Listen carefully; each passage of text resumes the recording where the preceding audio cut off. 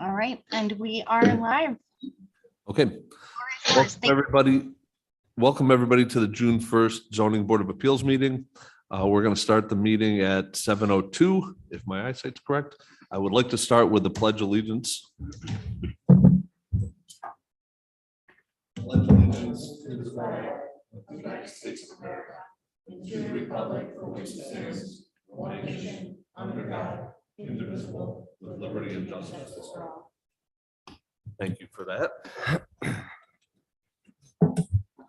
I would like to ask that we have a motion for last month's meeting minutes. Mr. Chairman, with regards to the May 4th, 2022 minutes, I move to approve. Thank you. Can I get someone to second that? Second that. Seconded by Beth. All in favor signify by saying aye. Aye. All opposed Abstain. and abstain. Oh. We have Christian. I should abstain too then. You have to abstain. Yeah. So Christian abstains and John abstains. So with that, the meeting minutes passed for last month. I'll take a moment here and just talk to the people that are here. So what we're going to do today, we're going to hear your apple. Oh, I got to do roll call. Sorry. I'm glad I have people here to keep me in line. Sorry. And exiting. What'd you say? Exiting, yep. And exits. Man, I'm off it today. Roll call. Beth Mossworth, Here. John Miglerini, Here. Aaron Lehman, Present. Tim Harrington, Present. Heather Robinson, sorry, Here. Christian Chamberlain, Here. and Bob Peckham present. I'm having one of those days, guys. Thanks. I would like to point out that there are exits on the side of the room on my right to the room here. There's exits to get out of the hallway straight across the hall, and also around where most of you probably came in towards the driveway on either side of the boardroom here. So how will this work? We will ask you guys to come. We'll call you up in order that we have you on our list. When I call you up, please come up to the podium. I will ask you to clearly state your name and address for the record. We will ask you a series of questions. We will ask if there's anybody else in the audience who has any comments or questions, and then we will make a ruling on the applications that are before us. If there's any questions during that, please feel free to ask us. We're happy to answer. Okay, with that, I'd like to start with applications 2022-007, 008, and 009 for 1180 Jefferson Road. Sarah, is there any? Hello. Hello, Hey, I'm for that application. welcome. Could you state your name and address, please, for the record? Brady Fogel, and what address? The address I'm applying about or inquiring about? Yes. 1180 Jefferson Ave. So we spoke a few months back. I have shared my findings of fact with the board, their current. So let's talk a little bit about, can you tell us what is the intent of adding the sign that you would need to request 3 variances? What's the problem you're trying to solve? All right, so we're just trying to gain visibility for this new business, for one. We were going to apply for less variances, but in the time that we put the sign package together, Napa actually removed one of the sign pieces that was originally there and used the full allotted amount of square footage for their sign. So now that leaves us asking for 3 variances, one being over the square footage, the other one being way lower than it's supposed to be. And what was the other variance we were applying for? Third sign. Third sign, right, okay. Yeah, so that's kind of where we're at. And what's the objective? What are you trying to solve? And by the sign, what is the objective? Just to gain more visibility for a new business. Got it. And what things have you tried other than these 3 variances? What was considered as alternate solutions? Well, we put up 2 building signs. I don't know if there were any other alternatives considered. Putting up like A-frames doesn't make sense at the location. There really isn't any other option on this one, unless we construct a whole new monument sign, and that's, I mean, outside of, I think, what the landlord is willing to do or the the building tenant. And my observations, we got a sign across the street, Tops Plaza, that's bigger and visually looks like it's lower to the ground. So I would say that it's consistent with the neighborhood. And also notable that this new sign would match the style and size of the one right above it, so it would look seamless. I don't have any questions. And just for clarity, Tim, and saying out loud, the three variances are total square footage, Mhm. a third sign, meaning the one on the pole, and then the height above ground of only being 5.5-ish feet. Yes, correct. And just to clarify, is the juicy seafood, is that on both sides of? Yes, yeah. It's a double-sided sign to match Napa's sign. Okay. All right, are there any other questions from the board members? Okay, are there any questions or comments from members of the audience? And Sarah, is there anybody that's raising their hand on the video side of this? We have no one raising hands. You have one question? No, I said, I'm sorry. Hope you can hear me better. We have no one online right now. Oh, asking. thank you. So with that, I would like to close the application. Mr. Harrington? Yes, Mr. Chairman, with regard to applications numbers ZBA 2022-007, 008, and 009 for an area variances, I move to approve as follows. Whereas the zoning board has duly advertised and held a public hearing, has considered all relevant information, and has considered the potential benefit to the applicant versus the potential detriment to the neighborhood or community in relation to such variances. Now, therefore, be it resolved that the zoning board of appeals makes the following findings of fact. The variance will not result in an undesirable change to the character of the neighborhood or a detriment to nearby properties. Neighboring plaza signage tops is larger and lower to the ground, and the proposed sign will match the shape and size of the existing pole sign, which is Napa. It will look seamless. Two, the variance cannot be achieved by some other feasible alternative because the existing signs on this pole are large, and to erect a new pole would also conflict with existing codes. Three, the variance requested is substantial because it represents three variances to include adding a third sign where one was originally allowed. But there's no other reasonable solution to provide sufficient awareness of this business to passing traffic. Four, the variance will not have a negative effect on the physical or environmental conditions in simply adding another sign to an existing pole structure. Five, the difficulty relating to the variance was not self-created. The relatively new Napa sign consumed most of the allowable square footage, leaving little available for this third business in the plaza. And be it further resolved that based upon the above findings, the zoning board of appeals hereby approve the variance as presented. I'll second. Seconded by Heather. All in favor signify by saying aye. All opposed? Opposed? Christians opposed. And with that, the variances carry. So thank you. All right. Thank you. Congratulations. Good evening. Thank you very much, guys. Have a good day. You- Next, we'll have ZBA 2022-014 skylight signs at 60 Industrial Park with regards to DeBellas. Thank you for returning, gentlemen. We have everybody here today, so we will be able to make a decision. But I would love you to, again, please state your name and address for the phone number or for the record. Mike Bonanno from Skylight Signs. My address is 60 Industrial Park Circle, Rochester, New York, 14624. Thank you. Joseph DeBella at 720 Jefferson Road. Thank you.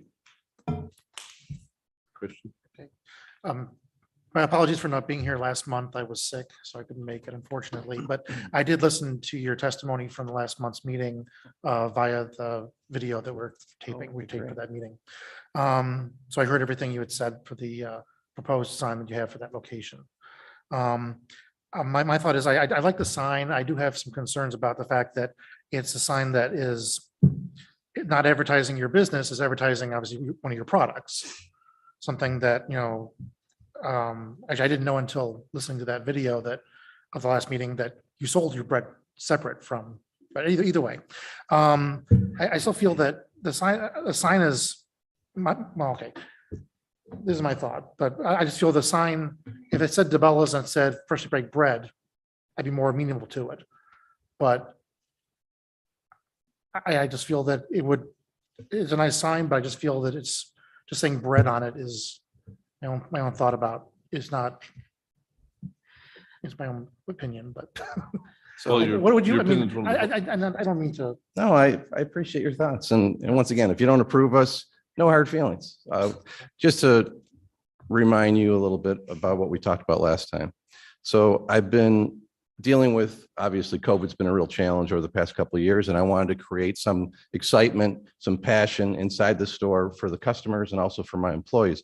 So we've been remodeling the inside of the store pretty seriously, actually. The remodel that we've been doing has been very focused on an awful lot of new woodwork, an awful lot of new table designs, a very different focus on our bakery, very different focus on the bread inside even, an awful lot of new signage representing the bread, trying to get everybody to connect the brand of DeBella's specifically to the bread. It's all about the bread. Our sandwiches are what we're known for, but the thing that separates us is our bread. The bread is what separates the sandwiches.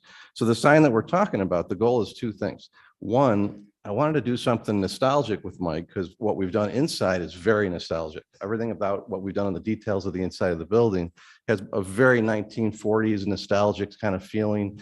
Even when we built the building in 2010, as one of the ladies remembered, we did tin ceilings and mosaic floors, which we've done in all 44 stores that we have in 5 states.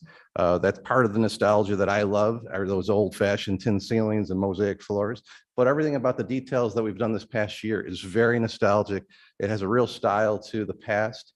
And the goal is that the Henrietta location is different than all of my other stores. So Henrietta is the only one called DeBella's Italian Market, where all the others are not. They're just DeBella's subs.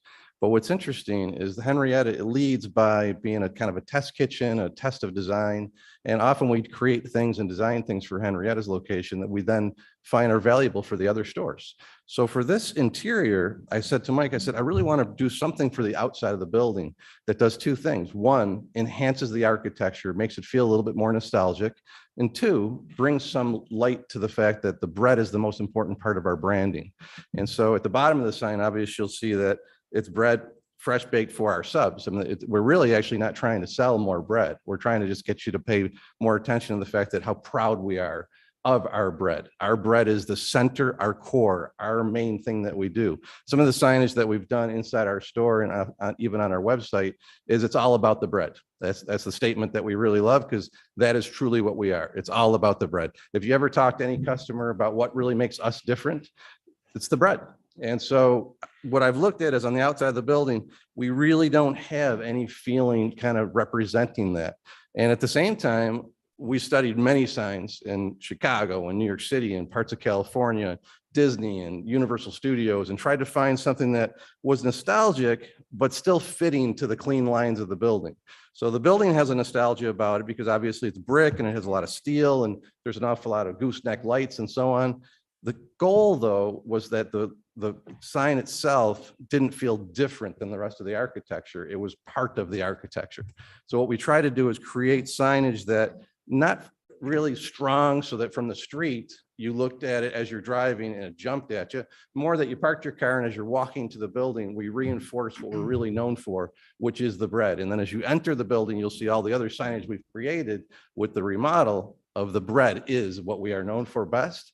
It is what we do best, and it's certainly all about the bread. right. And I know from the last meeting, there was also some talk about whether it would be lit after. Doesn't need to be. They asked, what would you like to do? And right now, we shut down all the lights that are the main lights in the building at this time. Some of the other lights that just light up the sign gently at night and the gooseneck lights that light up the building gently also kind of give it a mood in the evening. I believe they're on after midnight, but I honestly don't know exactly what time they're on till. Right. I wouldn't expect all the lights to turn off, but I mean, just. Yeah, I mean, just give some they're on a security timer. I mean, we could adjust that if you need it to be off at 9 o'clock at night, like when the door gets locked, we could have that sign shut off at 9 o'clock at night. It could have its own timer. lights. I know there's some concern whether it would be So I was thinking that you were open, but you weren't at the time, so. Yeah, I think the most important thing for you to remember too, though, is that when we designed this building to begin with, back in 2010, we used nowhere near what the kind of signage we were allowed. We went with black lettered signs, mainly because I thought it looked best for the architecture, not because it was the best signage. It's not very strong, it's very subtle. And this new sign even added to it, even though it would be 3 signs, we're still under the sign overall square footage that we would be allowed. So it's not going to be something that you drive by and go, oh my gosh, look at all that signage. It's actually going to be very elegant, very classy, I think pretty special.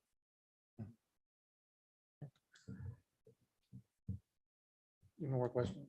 Are there any other questions from board members? Are there any questions from members of the audience? And Sarah, there's still nobody else on there, correct? No one, correct. Mr. Chairman, were we going to table this or? Well, I think we should, I'll ask real quick, is there anybody who has any strong opposition to this or? Nope. So stands what we were talking about earlier. I think we can close this because of the voting count that we have, but I feel like, have you changed your mind at all? I mean, I'm really torn because I do like to look at the sign. Don't get me wrong. It's just, I have some reservations about, I mean, like what it's being used for, and I know that the bread is, very important and I like the bread, trust me, I do love it. But I need to keep that, One thing you should remember, the bread started in Henrietta. I bought the business from an uncle in 1989. The bread didn't exist at that time. I created it in Henrietta. I worked 90 hours a week back then, working on the best recipes I could come up with. And at first it wasn't as good as we hoped. And eventually it became pretty special, but it happened in Henrietta. And so I have some real pride in seeing the sign actually be here in Henrietta, kind of showcasing the fact that's really where it all started. It was down the street, but it was in Henrietta. One of the things you might not realize either is there is brick in the Henrietta location in the entryway from the original 1918 store. That building burned down about a year before I had the opportunity to develop this building. And I said, hey, we're going to save that brick from when they demolished the building, we're going to save that brick and we're going to put it in the entryway. In the entryway of the Henrietta location is brick from the original 1918 store from downtown Rochester. So I have a lot of pride. And once again, you're not going to hurt my feelings. If for some reason you don't approve this, I completely understand. No hard feelings. You guys are great. I love being in Henrietta. We're proud to be in Henrietta. But I think you'd be making a real mistake if you didn't allow it, because I think it's going to be pretty special. I think it's going to give Henrietta its own special feeling for a flagship store. And I think you should be very proud that you actually have the best store that we have in our company is in Henrietta. So I know you're, very passionate about the bread and that's what you're trying to highlight here. Have you thought about putting and replacing bread with DeBellas? Yeah, I think we should show them these, Mike, because we have that inside. If you share anything with us, we have to keep it. Oh, you can keep it. Okay. So I printed some photos for you. If you have a question like that. So if you're not familiar with the inside of our building, I did 4 photos for you. One represents the outside to give you a sense of how subtle our signage is at this time in relationship to the scale of the building. So that's the first photo. The next 3 photos are actually the interior of the store. And in that photo, you're going to see a very large vertical sign, similar in design to what we've done for the bread sign. That sign, though, is DeBellas. And so it's a sign that we did 4 years ago. We studied some theaters in Chicago that I actually really admired. And so I'd hate to repeat that look outside because it would be very, very similar. And then inside, you can also see in the next photos that we actually have many different thoughts about the bread in each of these photos. So I've done sets for each of you. Oh, okay, sorry. I've got 9 sets for you in case Wow. this came up.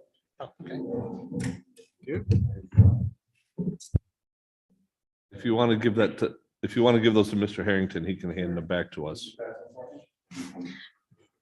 So I know Mr. Harrington had mentioned that there is another store in it's actually Cornell Jewelers. I looked it up in Penfield or Pittsford, and they have Cornell's kind of similar to this style, facing Monroe Ave.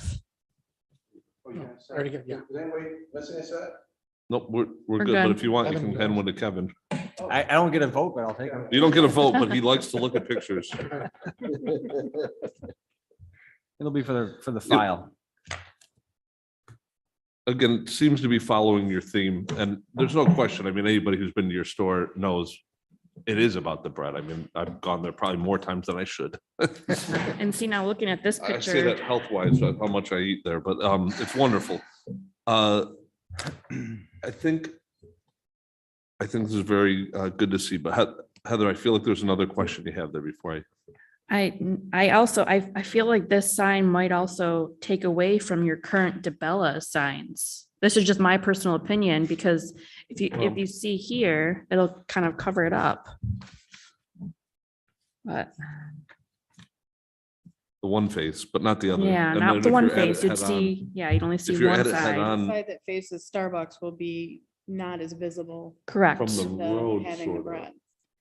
So the all about the bread, is that like a new slogan that, because I don't No, recall that being. we've always, ever since we made the bread, we have Used that focused slogan? on different bread slogans. But yes, it's all about the bread is a new slogan. And the fresh break bread and the, Mhm. Yeah, I've seen those signs. so. I can personally, I'm not the biggest fan of extra signage in a general statement, but because I think it can make communities look very busy and I don't want it to be Las Vegas, right, so to speak. But I do see the thought that went into this. I agree. I'd almost rather see it say DeBella's than bread, but this is your choice, not ours, Mhm. in my eyes. And if that's what you want to focus on, I think that's completely, within your purview to do that. I think you've taken a lot of effort to make this look nice and to try and make it fit the theme, which I mean, it does. There's no question about it, it does. And I agree with you. You've done a lot of great work at this location. I would say absolutely it's the best one that I've been to, but they're all pretty good, to be honest with that. Mhm. But visually, scale of it, the height of the ceilings, all these things that you've done in there make it very impressive. Especially, and no negative intent meant here, but for a sub shop, it's pretty grand. Yeah. And so to me, I was on the fence initially, but your passion and your explanation of why, to me, has helped me decide that I'm comfortable with this and I think we should allow it. I'm one of 7 votes. Our count here that I did this morning in the straw poll, if nothing has changed, and it doesn't sound like it has, says that this will go through. And in which case, as Christian, as you know, I'm gonna pass the resolution over to John. So are there any other questions from board members before we take the next step here? And again, one more time, any more questions from members of the audience? Okay, Mr. Chairman, do you want comments or just questions? you can do either, Tim. I'm Okay, happy to hear what you have to say. I wanted to share a couple supporting thoughts. Christian said, I didn't know you sold bread. I think that speaks to the intent here I agree. and validates the need for the sign to say bread instead of DeBella's, which would be redundant. I've looked for comparables in the neighborhoods around Henrietta. I've only found one in Pittsford, and I think it was classy. I think ultimately it comes down to what is the intent of all these codes, and is what you said is to not make Henrietta look busy. We've all seen cities and towns, call it Niagara Falls, maybe a little bit of Buffalo, where it's busy and unmanaged looking. So I asked myself, does this look busy and unmanaged? And it does not. This looks classy and thought through and enticing to come in and check it out. And I think that's a good thing for Henrietta. Thank you. The other thing that we constantly think about, and you may have heard it yesterday or last month or whatever, is the fact that our variances go in perpetuity with the property. So we know that the intent is to stay there as long as you can, but we don't always know that that's going to happen, right? Times change, things happen. So that is one of the big factors that we think about. And if hopefully you never do, but if you leave that location, what moves in there? And what are they going to have? A giant, palm tree or something up there? Who knows? Something big. And so that's part of what we consider when we're debating this. And that is why you see. But the sign square footage would still be limiting that. That's true. That's a very true point. So Now, if you could imagine if we had gooseneck lights per square footage code, certainly I know. this would not pass, but I would also argue that it's still well done. well done. Yeah. Thank you.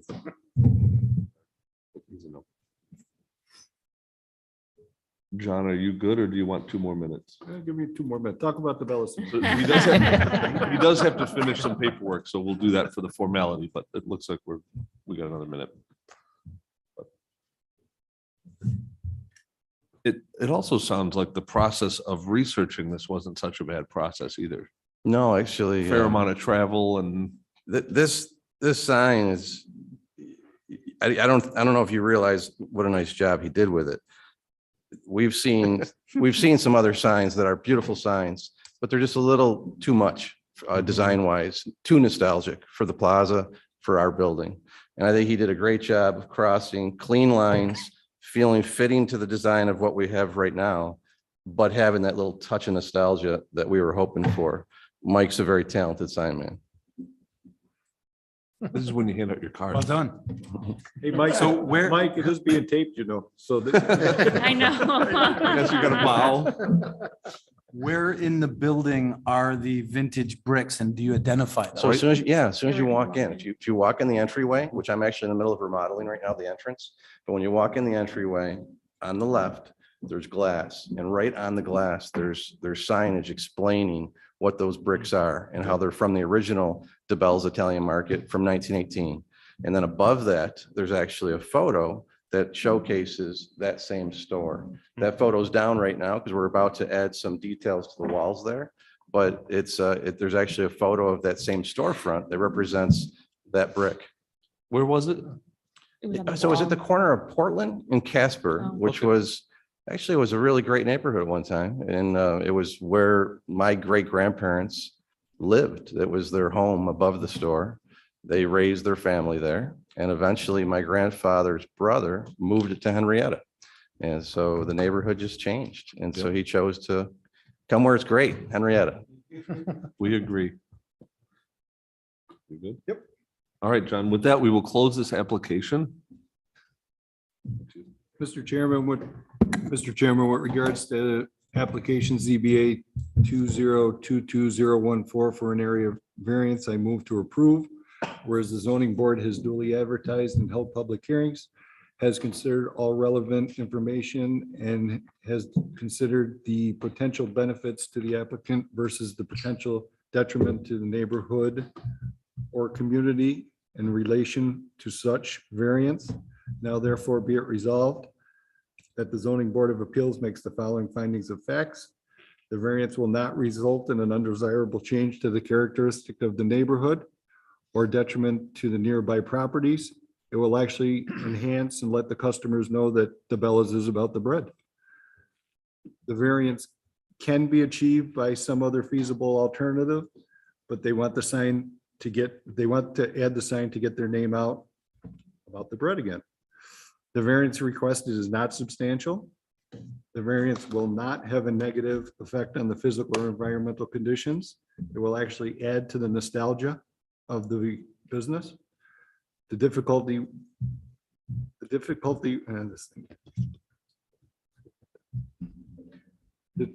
related to the variance was self-created, as they want to add more about the bread for the store. And be it further resolved that based upon the above findings, the zoning board of appeals, the zoning board of appeals hereby approves the variance as presented. I'll second that. Seconded by Mr. Harrington. All in favor signify by saying aye. Aye. All opposed? Opposed. So for opposition, we have Mr. Chamberlain, Ms. Robinson, and Ms. Mossworth. With that, the application is approved and good luck. Man, and Yes. we really appreciate you taking the time to do it this month. Thank you. Yeah. We thanks. appreciate that. We Yeah, take you it bet. seriously and it's. Yeah, and no, I thanks appreciate for your time. comment Thank you there. very much. I hope you have a nice Thank day. And even if you didn't agree, come eat at our store. Yeah. I do. I feel bad, but Thank you. Have a nice day. I think you might have put in 90 hours for that sign. All right, 56 Harvest Trail, which is application 2022-015. All right, it appears that they're not here, so we will Table that till the end. 2022-016, 84 Wright Road application. Welcome. Hi, please state your name and address for the record. I'm Nancy Murray, 84 Wright Road, Henrietta, 14467. Welcome. Go ahead, Aaron. What we'll do now is we'll ask you a few questions. I have a couple to start and the other board members, I'm sure will have their own. It is a large shed for a shed size. What is it that you plan on storing in the shed?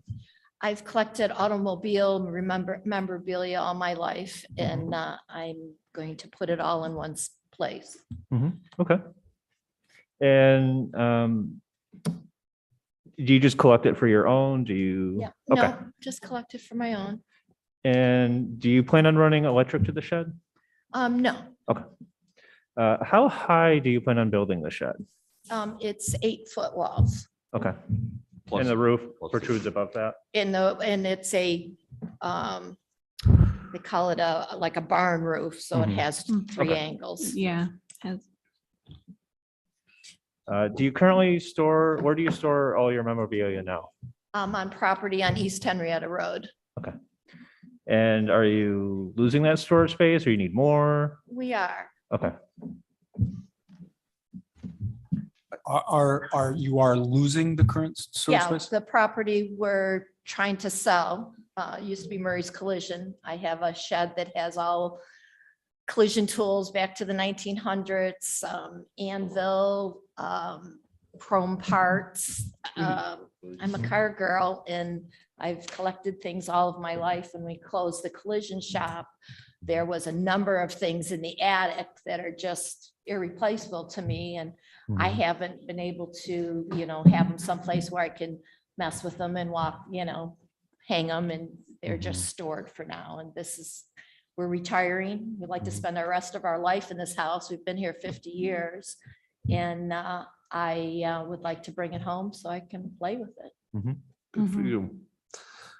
You have in your picture, in your survey that you gave us, it says that there's a garage back there currently. Is that gone? Because I didn't see it when I drove by. No, there's not a garage back there now. Okay. There used to be, we called it the chicken coop, but when we bought the house, there was a 32-foot building at the back of the property. It's been gone for quite a while. Okay. And you also have a fence there. It says the fence is going to come down, or at Yeah. least that piece of it. Yeah, it was part of a dog run, Yeah. and that fence will be gone. Will you need to do any other fence work for a dog or no? No, the Okay. dog's never used it. Can I ask, does this solve any problems in the other location that would be worthwhile for us to be aware of? Like, is there a overcrowded condition that you're trying to solve over there that would help by consolidating in this very large shed at your home? No, we have the property for sale, and it's a building, it's a shed on that property that I have to empty it out. Yeah. Is it as big as this one that you want to build? It is. Not quite as big, it's not quite as long, but it is the same, real close to the dimensions. Are you going to exceed the size of this current shed? It's just a different configuration. If you're looking from the street back to my backyard, it'll go long ways. So you'll just see the side of the building and it goes back this way, but it's pretty much the same size. It fits a 1932 Ford that's not drivable, but I'm storing it and the rest of my antiques. You're a Ford Mhm. person, okay. And a 1932 Ford sounds pretty neat. Mhm. What model would that be? It's a B. It's a pickup. Very cool. So I know that's not completely relevant, but it's curiosity. How do you plan on getting things back here? There's my neighbor, our driveways come together and their driveway goes past the house. And they've given us permission to use that driveway to get the car back there and to get the building back there. And then we're done. It's nothing that we plan on moving in and out. And since they're giving you that permission, I assume they don't mind that there will be a large structure back there. They don't. We have our street, Wright Road is kind of it is a one street neighborhood. And both homeowners on each side, nobody minds that we do it. We have it marked out on the lawn now and everybody, knows what's going on. There's quite a few different buildings and different types of things on the road already. And Yes. I don't think it's going to impact anybody or impact anything except for me, It'll be nice for you. And Do you have, room for additional memorabilia that you might collect in the future or? I'm about to my max unless I get rid of something and bring something else in. I have a room inside my house that has things that are appropriate for in the house, and I just need this other space for the things that aren't appropriate for in the house. You have an anvil room? No, but I'm gonna have an anvil shed, I hope. It's got all the original tools on it, and it's from like the 1830s. That's Oh. pretty. wow. Will there be like a concrete floor or just with the It'll floor? be a will be wooden floor, Wooden and the actual base for the shed, they set it on a stone foundation. Stone foundation, okay. And will it have the same type of siding as your home, or will it? It Will will. it be? Okay. It's vinyl siding and a metal roof. And it's going to be that it's going to match my house. It will match. Okay. All right. Are there any other questions from members of the board? Are you going to be running electricity to the shed? No, Okay. No, and no plumbing either. pardon? No plumbing either. No. Are there any other questions from members of the board? Any questions from members of the audience? And I'm pretty sure Sarah would tell me if there was. None online. Thank you. With that, we can close this application. Okay.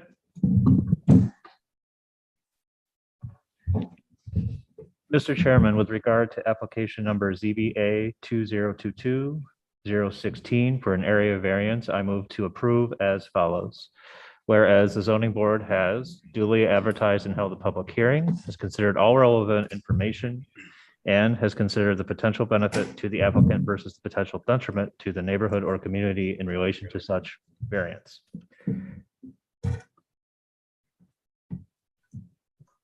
Now, therefore, be it resolved that the zoning board of appeals makes the following findings of fact. The variance will not result in an undesirable change to the character of the neighborhood or a detriment to nearby properties.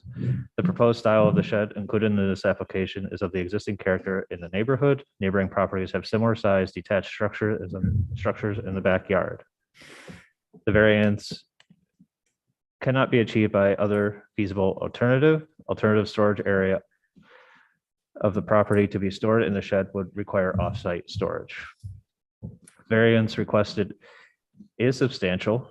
The request is substantial and the proposed shed is 79 square feet larger than allowed. The variance, however, as previously stated, does not create a detriment to the property or the neighborhood. The variance will not have a negative effect on physical environmental conditions. No negative physical or environmental impacts are foreseen by the construction and placement of the proposed shed. The difficulty relating to the variance was self-created. The owner has obtained more property than they wish to store in the house or existing storage available to them. And be it further resolved that based on the above findings, that the zoning board of appeals hereby approves the variance as presented. I'll And be second it, that. Oh, sorry. and be it further resolved that this approval shall be subject to the following conditions. The shed shall be limited to the proposed location included in the application. The shed shall not exceed 1 floor above finished floor elevation. Okay, now I'll second. Sorry, Aaron. That's okay. Seconded by Christian. All in favor signify by saying aye. Aye. All opposed? Motion carries. That means, Thank you very much. I really You're welcome. appreciate it. Enjoy. thank you. And Bob, just to let you know, we did have an applicant join us, Thomas Felton, for application 2022-015. Okay, thank you very much. We'll do that in a couple of minutes. No problem. Just wanted to let you know. Thank you. I appreciate it. Next, I'd like to do 2022-017, 191 Moore Road. Welcome. As you've heard before, please state your name and address for the record. George Gettleman, 191 Moore Road, West Henrietta, New York, 14586. Welcome. Mr. Gettleman, what has created a situation that you need to extend the parking to the lawn area, but the side of the garage? Yeah, so we live on Moore Road, and if you're familiar with the road, there's a lot of new construction in that area. The road is unsafe to park on. The side that faces our property has a fairly significant ditch in it to the drainage. So you can't park on that side without being in the road. And the opposite side has a problem that cars are coming down the hill from the subdivision and often going 50, 60, 70 miles an hour in a 35 zone. So it's unsafe to park on. My wife and I have 4 children. We've got grandchildren. We've got friends and family. The driveway isn't big enough today to fit more than 4 cars in it. So if we have more than 5 cars over, they have to park on the street, and people are coming and going, and it's just unsafe. So the idea is to add some parking capacity to keep them off the street. How wide is it currently? Right now, it is 18 feet wide. And you're looking to make it 28 so 10 feet wider at the widest point. Right, so I can get another car width in the at the upper part of it. That would, this is a question, not a statement, that would make it so you can only fit really one more car in there, correct?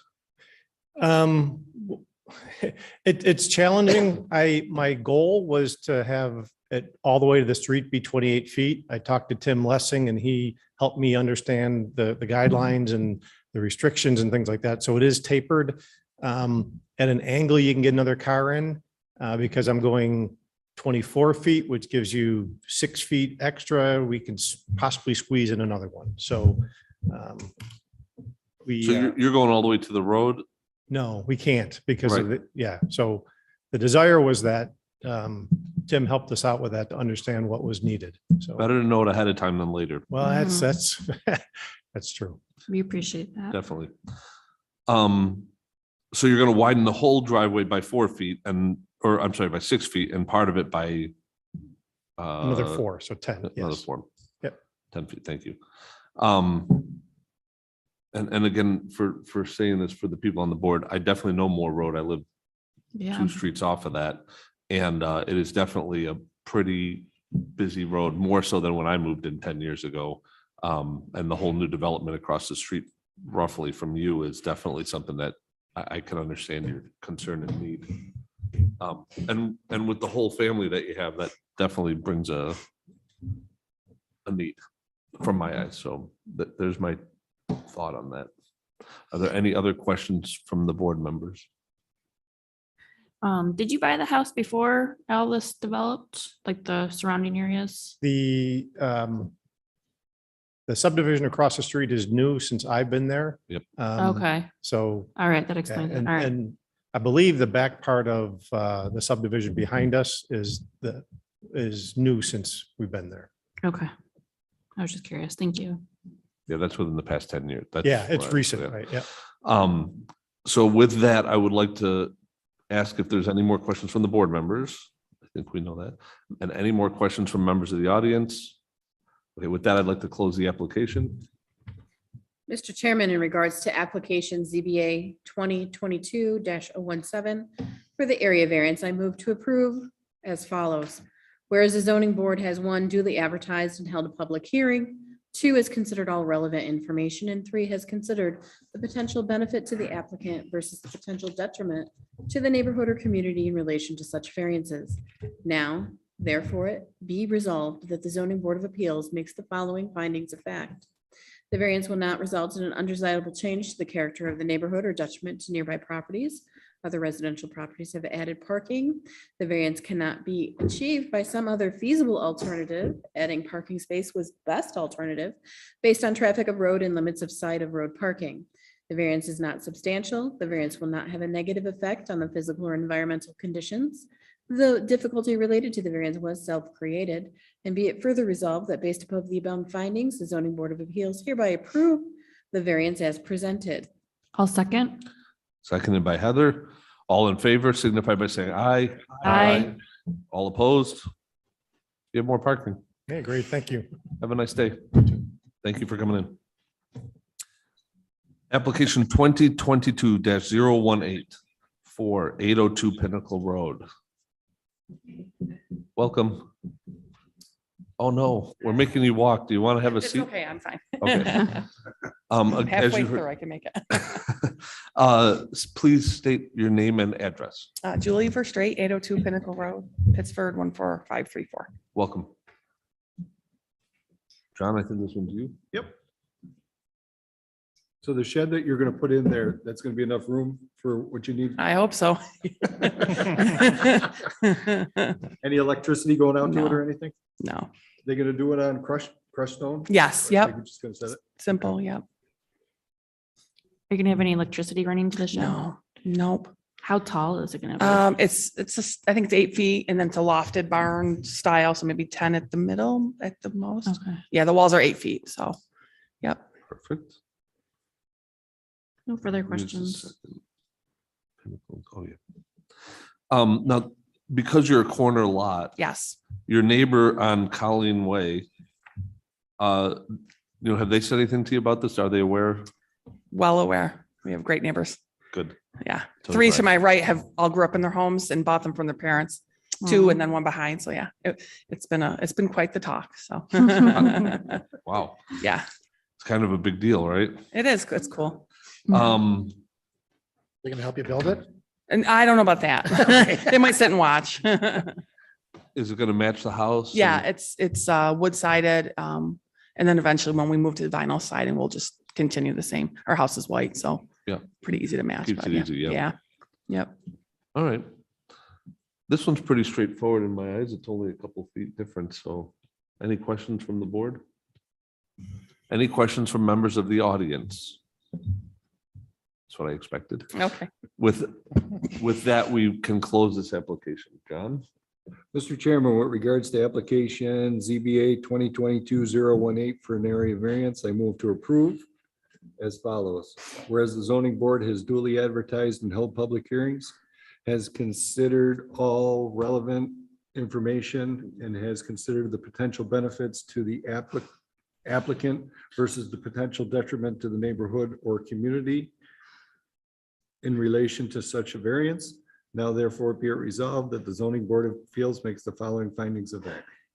The variance will not result in an undesirable change to the characteristic of the neighborhood or detriment to the nearby properties. There's other sheds in the neighborhood. The variance cannot be achieved, or the variance can be achieved by some other feasible alternative. Resident is requesting 200 versus code, which is 180. The variance requested is not substantial. The variance will not have a negative effect on the physical or environmental conditions. The difficulty related to the variance was self-created, but they need a bigger shed in the back. And be it further resolved that based upon the above findings, the zoning board of appeals hereby approves the variance as presented. John, if you put a note in there that the allowed is 180, we need to change it to 192. Oh, it was okay. No, what's allowed is 113 Oh, wait. Oh, hang on. and the variance is for 82 square foot, not 8. Oh, I think I read it wrong. No, I think that was the previous. Yeah, no, this one is for 20 square or for 200 square foot, Oh, I'm and on the whereas wrong one. I'm on 192. the wrong one, Okay. sorry. Where 192 is permitted. Correct. Okay. So John, that's the only change that I would make Change to that that. right there. Do we have to reread it? Thank you.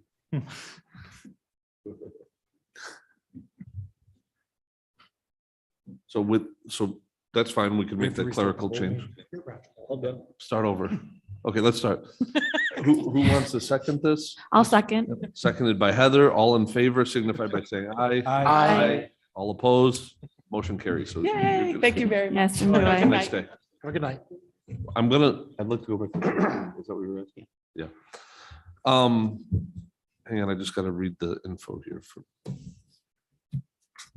I would like to call up 2022-015, which is 56 Harvest Ridge Trail. I believe we have you on Zoom. Yes. Hello, how are you today? Hi. Good, thanks. Could you please state your name and your address for the record? Thomas Felton Jr., 56 Harvest Ridge Trail. Welcome, Mr. Felton. Thank you. Heather, I think this one's you. Yes. So, Mr. Fallon, can you explain what the needs for the additional square footage for the shed? So we have 4 children who are away, 1 in Atlanta, and 3 others in college. And we have stuff there are things kind of left behind. And then also my parents relocated to Florida, and they're trying to, sort out their things that they left behind as well. Now that's in addition to the things that my wife and I need to store. So eventually a riding lawnmower and everything else. So we want to have enough room to store while purging at the same time. And then also give me a little bit of workspace away from the house, kind of in the back for things I need to do around the house and gardening and stuff like that. So just to free up the garage and make room. Mr. Felton, I can appreciate what you're saying. I have a couple of kids in college and that have come out of it, and you do collect extra stuff that isn't necessarily yours to collect, but I can feel what you're saying. Have you thought of any other alternatives of storing? 'Cause I know that there's a storage unit nearby. Have you? Yeah, we've done storage before, and with us, having enough space right now, it's just not a cost that we like to, take on. So we just think that the shed would help in terms of storage and also add value to the home. And, so I think the cost or the benefits outweigh kind of the cost of storage. Okay. How tall is the shed going to be? That's a good question. I got an email about that today. It's a standard size shed. I'm not looking for any loft space or anything like that. There will be a padding, so crushed stone. Okay. And it'll be kind of boxed in, but nothing really out of the standard type of shed purview. Are you going to run any electricity to the shed? Yes. Okay. Well, what will you be doing with the electricity in the shed? So again, just for any power tools or anything, I might want to maybe charge the weed whacker, or maybe do a little bit of cutting or something like that, but nothing major. But just to maybe be able to work out there at night if I need to. Thank you. Any plumbing? No plumbing, no. Oh. You could work longer if And when I say, go ahead. You could work longer if there was plumbing out there. Code does not. Yeah, I'm No not plumbing talking about any no in-depth work. It really is just like light stuff around the house, but just to be able to do it without, fumbling around. Perfect. Now, is it going to match the aesthetics of your current house? Yes. So we're looking at siding. So we'll probably get it from Giggling Pig. So we have samples of the siding. So it'll, we're going to get it as close to the house as possible. Right. Okay. I have no further questions. Are there any other questions from board members? Any questions from members of the audience? Nope. With that, we can close this application. Yep. Mr. Chairman, with regard to application number ZBA 2022-015 for an area variance, I move to approve as follows. Whereas the zoning board has duly advertised and held a public hearing, has considered all relevant information, and has considered the potential benefits to the applicant versus the potential detriment to the neighborhood or community in relation to such variance. Now, therefore, be it resolved that the zoning board of appeals makes the following findings of fact. The variance will not result in undesirable change to the character of the neighborhood or detriment to nearby properties, as other homes in the neighborhood have sheds similar to what the applicant is asking. The variance cannot be achieved by some other feasible alternative as the applicant is in need of additional storage. The variance requested is not substantial as the applicant is asking for an additional 80 square foot more than the code allows. The variance will not have a negative effect on physical or environmental conditions. The difficulty relating to the variance was self-created as the variance is for a shed to provide additional storage to suit the applicant needs. And be it further resolved that based upon the above findings, the zoning board of appeals hereby approve the variance as presented. Second. Seconded by Beth. All in favor signify by saying aye. Aye. All opposed? The motion carries. Congratulations. Thank you guys very much. Thank you. Have a good night. evening. So this leads us to our last set of variances, 2022-019 through 033 for 760 Jefferson Road. Welcome. Good evening. My name is Randy Bebout with Bowler Engineering. I believe the applicant should be online and is going to present the sign variances, and then I'm going to present the parking variance. Okay. Sarah, is there anybody online? Yes, we do. Looks like we have somebody with a camera on, ready to present. Yeah. Yes, Joan Legay with BJ's Restaurants. Welcome. Thank you. Thank you. So we have a bunch of things that we're going to talk about today. You're going to be able to give your presentation, which I understand you have, and we'd love to hear that. And then we're going to break it down into three parts. So just so you know, at the end, we're going to break it down a little bit, and we'll probably have some discussion afterwards too, because this is a substantial variance request. But I would love to hear what you have to say and what the proposals are. So if you're willing to do that, we'd love to hear it. Sure, sounds great. Would you like me to state my address for the Oh, record? yeah, sorry. Name and address. Yes, please. Okay, Joan Legay, I'm with BJ's Restaurants. I'm the Director of Property Development. My address is 7755 Center Avenue, Suite 300, Huntington Beach, California, 92647. Well, welcome from all the way across the state. Thank you very much. I appreciate being able to attend virtually this evening. I just thought briefly I'd tell you about BJ's Restaurants just for a moment, because some of you might not be familiar with BJ's, and I don't want it to be confused with the BJ's Warehouse, which I know is up and down the eastern coast. So BJ's is actually based in Huntington Beach, California. We have 210 restaurants across the country. And we do have some locations in New York. We have the closest one would be in Albany.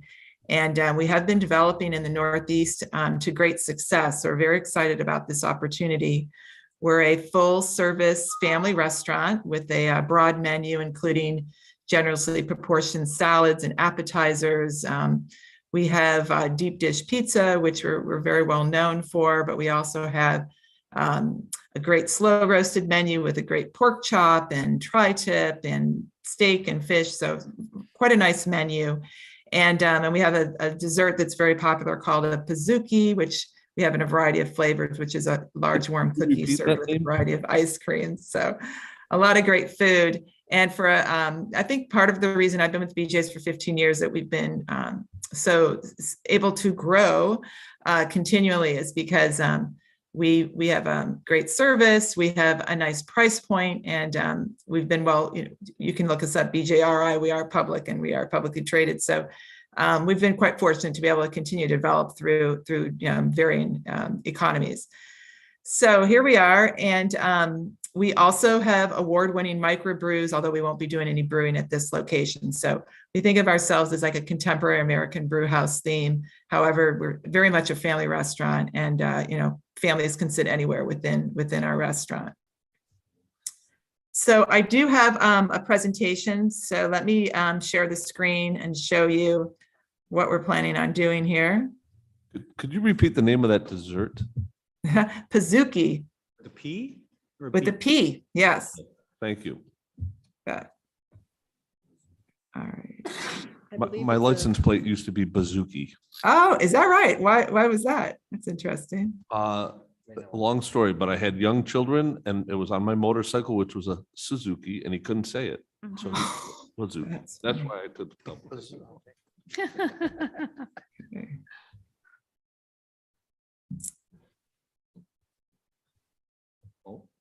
All right, here we go.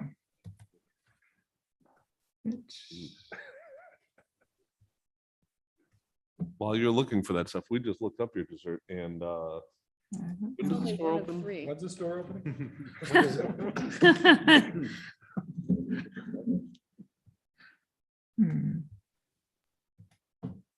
Not sure why the, Is it? sorry, I apologize. It's not, okay. There it goes. You got it? Yeah. Okay. We can see. Actually, I'm sorry, this is not the, well, I'll start with this, but this is not the, second. This is not, hang on one second. I used to call it the demo demons. Whenever you're trying to show something like this, it never works. I just had it up before we did this so that I would not have this, this issue. It's not paizuki. Oh, wait, it is. Okay. Paizuki. Well, I think it's because it's in a little mini dish, deep dish pizza. Yeah, pan. my kid would like that. Oh, it looks good. Yeah, this is their website. You're gonna have to turn that off. I know, I'm hungry. Joan, I was gonna say, I was also sent over, I believe it was the Yes. PDF. Do you Yeah. need my Yeah. assistance bringing that Yes, up? sure. Do you want to pull that up? It's the same thing I was going to show. I don't know Yeah. why. Or I can get it, I John. believe I have that. So bear with me and I'll try to share my screen with this for you All folks. right, that would be great. Thank you, I Sarah. have a hard copy. You have the hard copy. Yes. When in doubt, print it. Oh, wait. You don't, you have, okay, perfect. There we go. Perfect. Okay. Am I going to be able to go through this or are you going to have to control it? I'll have to control it if you want to Okay. let me know when you want Okay, to. if you could just go to the next screen, please. Okay, so this is the site. So it's the Home Depot Center on Jefferson Road. There's a closed macaroni grill out in front on the pad there. It's you can see it's labeled as site. So we'll be going in and demolishing that closed restaurant and building a freestanding BJ's restaurant within that pad area. It follows in that pad area very closely. So if you could go to the next. All right, so I have two photos here. I wanted to demonstrate what our building looks like. So I think a photo is quite helpful. So this is our restaurant. It's been designed to be a contemporary American brew house. It's a very kind of cool contemporary looking design.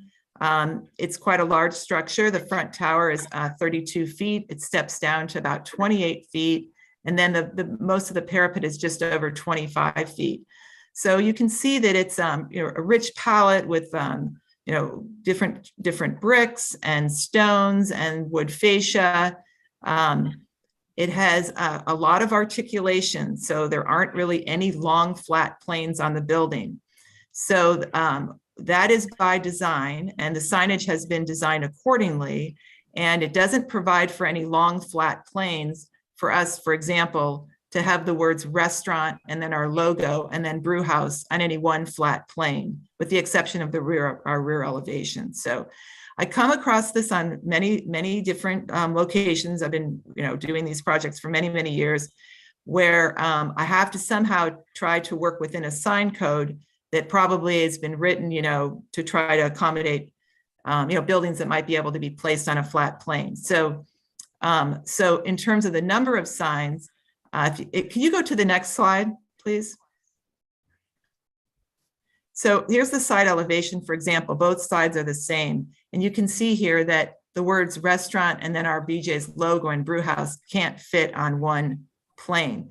And these are only 11-inch letters. So we believe that the signage is appropriate to the scale of the building, the scale and the massing of the building. And I'm hoping you're viewing it the same way. I heard, some discussion previously with another agenda item when you were looking to make sure that the signage was classy and didn't look garish in any way. I think it's very appropriately scaled for the size of this building with 11-inch letters, and that's a 5-inch logo. But it's being counted as 3 signs, and that's kind of where we get hit with these sign codes, because we can't tighten those 3 signs and make them tighter so that we can box them in and count them as one sign, for example. So that situation exists on the front elevation, where we have the logo, and then over the canopy we have the words restaurant brew house, and it occurs on both sides of the restaurant. the only place we can box in one sign where we have a flat enough plane is on the rear elevation. So that kind of, I think, helps explain, why the number of signs is a difficult criteria for BJ's to meet. And I think that, in our opinion, we would not want to forego great architecture, interesting architecture, articulation, varying roof heights to conform to a sign code. That's where we come to you and ask you to use your discretion to kind of recognize what we're trying to achieve here. And, and hopefully, you agree with us that it's a good looking building and the signage was well thought out. It's just has to be put on the planes that are available to place them on. What, if you don't mind, I'd like to ask a question or two at this point. Yes. What, if you do this often, because again, I agree that it would often probably encounter issues with signage, with Yes. sign code. How often is this refused? Rarely. When it is refused, what is your solution to that? So I can actually only think of one project. It was actually in Michigan where we combined if you look at the side elevation, we combined, actually we did it on the front elevation. We shoved up the logo and put the words restaurant brew house, I believe, under the logo, I think, or maybe we did that on the side elevation. I'm trying to remember. Actually, I take that back because the letters on the front did remain over the canopy. So we did that on the side elevation. I believe we moved the logo to the left and stacked restaurant brew house on that center tower, the tallest tower on the side elevation. But that's how we did it. And we didn't like the look of it, but we weren't able to come up with another way to do it. So, okay, thank you for that. Yeah, it didn't look as good for sure. Looking at your sign package that you've put together, it looks very nice. I want to point out something just so you understand, and knowing that you've done this often, you probably do understand it. One of the problems that we have, and I also said it earlier, this stands with this property in perpetuity. I don't like using the word, but if you ever leave us, if you don't like Henrietta and you leave, or God forbid, there's business troubles, then we end up with 13 signs for the next person. Mm-hmm. And that's something that we take seriously. As you heard, we don't want it to look like Las Vegas here, Sure. or at least I don't. And, who knows what the next place does. You have some very nice thought into this package that you are requesting. That doesn't mean the potential next person would. And so this is part of our dilemma that we always consider, and we will weigh out today. You're going to hear it, but what we're thinking, but it does look nice. So I do think you guys have made a nice architectural look. Right. Yeah, I wonder if there'd be some way where you could, count the restaurant logo brew house in spite of it being on different planes as one sign. No, Unfortunately not. it can't. It would be nice, we agree, but no, we can't. Would there be any conditions we could write into it? Potentially. Do you have any pictures of the rear side of your package? Let's just, if you could go, I don't have a photo of the rear side, but if you could go to the sign book, so just scroll through, then keep going through. Yeah, just keep going through. I'll tell you when to stop. We'll get to the rear elevation. We just had the first, there's the side. Keep going. There's the other side, and the next elevation you see will be the rear elevation. There's the rear elevation. So that's the one flat plane where we can put restaurant logo brew house together and box that as one sign. Okay. Mm-hmm. And that makes sense to me. All right. Yeah, I that's as unusual to me to have a variance run with the land. So I have not encountered that before. So yeah, I guess you would have to figure out a way to write something in the approval that they'd have to come back to visit you again if there was another tenant here. I don't, yeah, it's an interesting situation. Throughout New York, that's what you'll experience.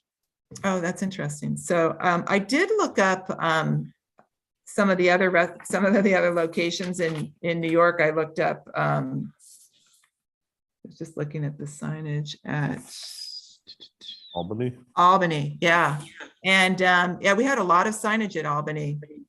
It looks great. The building looks great. It's actually a custom building because we were at an like an end cap, but we have I could pull up the photos probably, but we have a lot of signs there as well. We have a tower. We also have, the other thing I wanted to talk to you about this evening is we also have 2 art pieces on our building. So if you could go back to either I can either show them to you in the sign drawings, or I can show them to you in elevation. Maybe go back to the photos first. It's probably best to look at the photo, the second photo. Now, those signs, if I understood correctly, you have those already approved.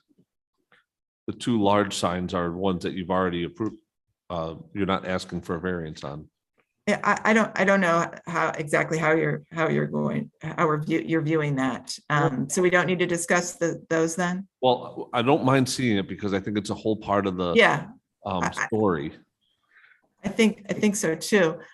So if you can see on that elevation, I have a closer photo of it, but that on the right side towards the back of the building, that's a metal silhouette, right? Exactly. And we also have another metal piece of artwork on the other side of the building, and I have an actual photo of that one. And those are to break up, the long expanse there of the brick wall. And those are field workers. The other one is kind of some organic pieces. There's one of a water drop. We'll turn to that art piece in a moment here, but those are made by an artist. They're metal cutouts. At night, they have kind of a soft glow behind them. Generally, cities don't count those as signs. They consider those artwork. But I believe you're viewing them as signage. Yes. So, in our minds that, they are art pieces. If you want to go to, I think it's the very last slide here. I wanted to show you the other art piece that we were proposing. I have a photo of it. For me, it's it's before the last one.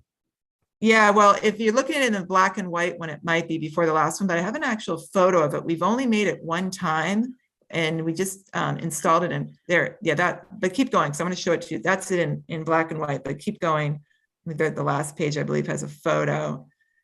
We just installed it for the first time recently in Concord. That's what it looks like at night. So it's just kind of softly illuminating that brick. We think it's really cool looking. We really like it.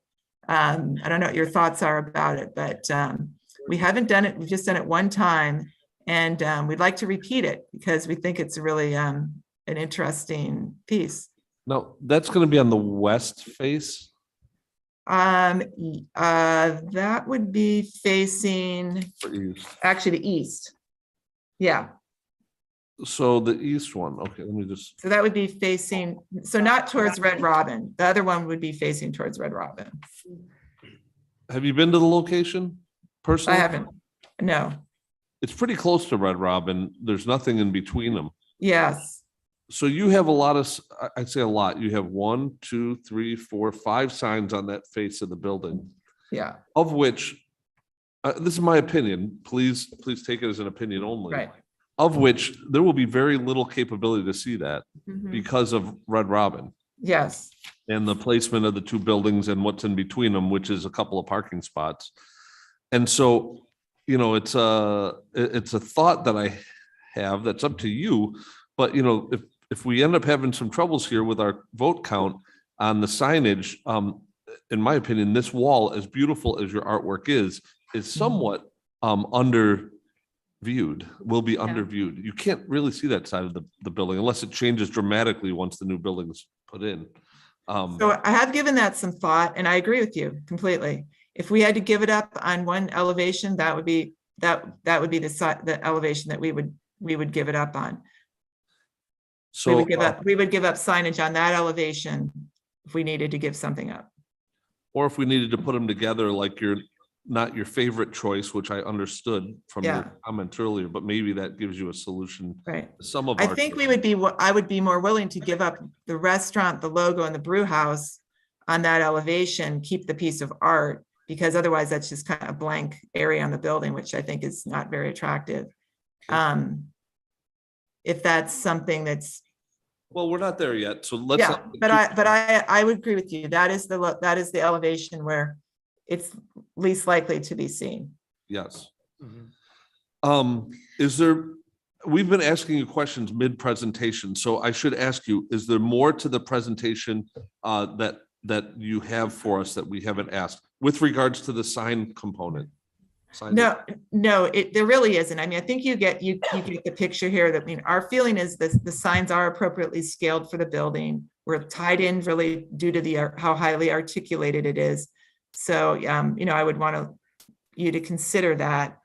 And I mean, hopefully agree that they are appropriately scaled for the massing of this restaurant. Can you speak a little bit about the takeout? Because you have BJ's takeout on one of the elevations. I think it's. Yes. Yeah. If you go back a little bit, you'll see it on these sign drawings. Might be the easiest place to see it. We have it on page, well, I don't know how to tell you the page number, 26. Okay. Do you have a door there? Yeah, that's our takeout door. It's designated takeout door. I haven't seen it yet. Go back a little bit more. A couple more. There we go. There it is. If you go back one more, you'll see it in elevation, maybe one more. Oh, see, our numbering is different than on display. There you go. So there it is in elevation. Yes, that's a designated takeout door. So when you go in that door, that's the takeout counter as you enter. Obviously a growing part of our business, especially, you know, with COVID and the growth of third-party delivery drivers coming to pick up the you know, Grubhub and the like to come and pick up food. So yeah, we've got actually a dedicated entry now. So do you have dedicated parking specifically for takeout? Yes, we will have some takeout stalls. Okay. And it's not a drive-through, just for clarity. Not a drive-through. Nope. You need to park and go in and pick up your order. Do you have an actual photo of what the other, I think it's artwork. I don't think it's a sign personally, but the one that with the an actual photo? Yeah, an actual photo. Well, the other one is basically the same lighting, I'm assuming, the same soft lighting. Could you go back? Yeah, same soft lighting. If you go back to the photos, I'm not sure if they're, let's just see. I don't remember if I don't think I gave you, oh, that's illuminated there, the first one. You can kind of see it on the right there. Kind of, not quite. That's it illuminated. I mean, this looks beautiful, right? The dilemma we have is this perpetuity problem. Right. I feel like I've been to one of these.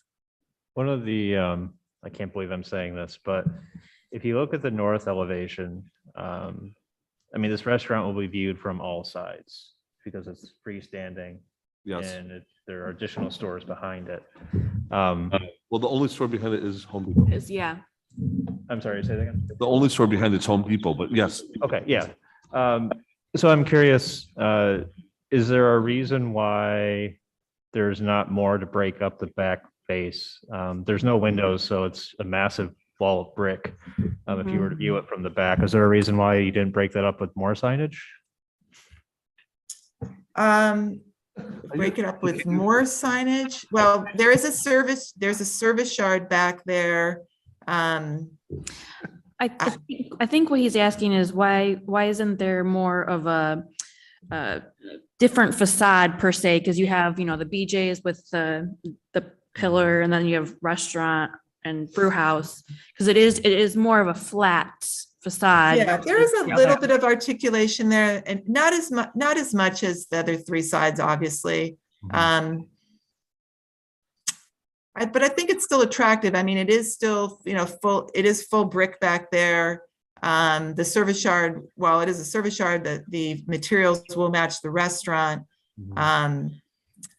I think you'll still find it attractive, as attractive as you can for, you know, there's always going to be a side to the restaurant where you have to have your service deliveries, your keg storage, your coolers, you know, your deliveries and everything. So, but I find it much more attractive than most restaurants that I see.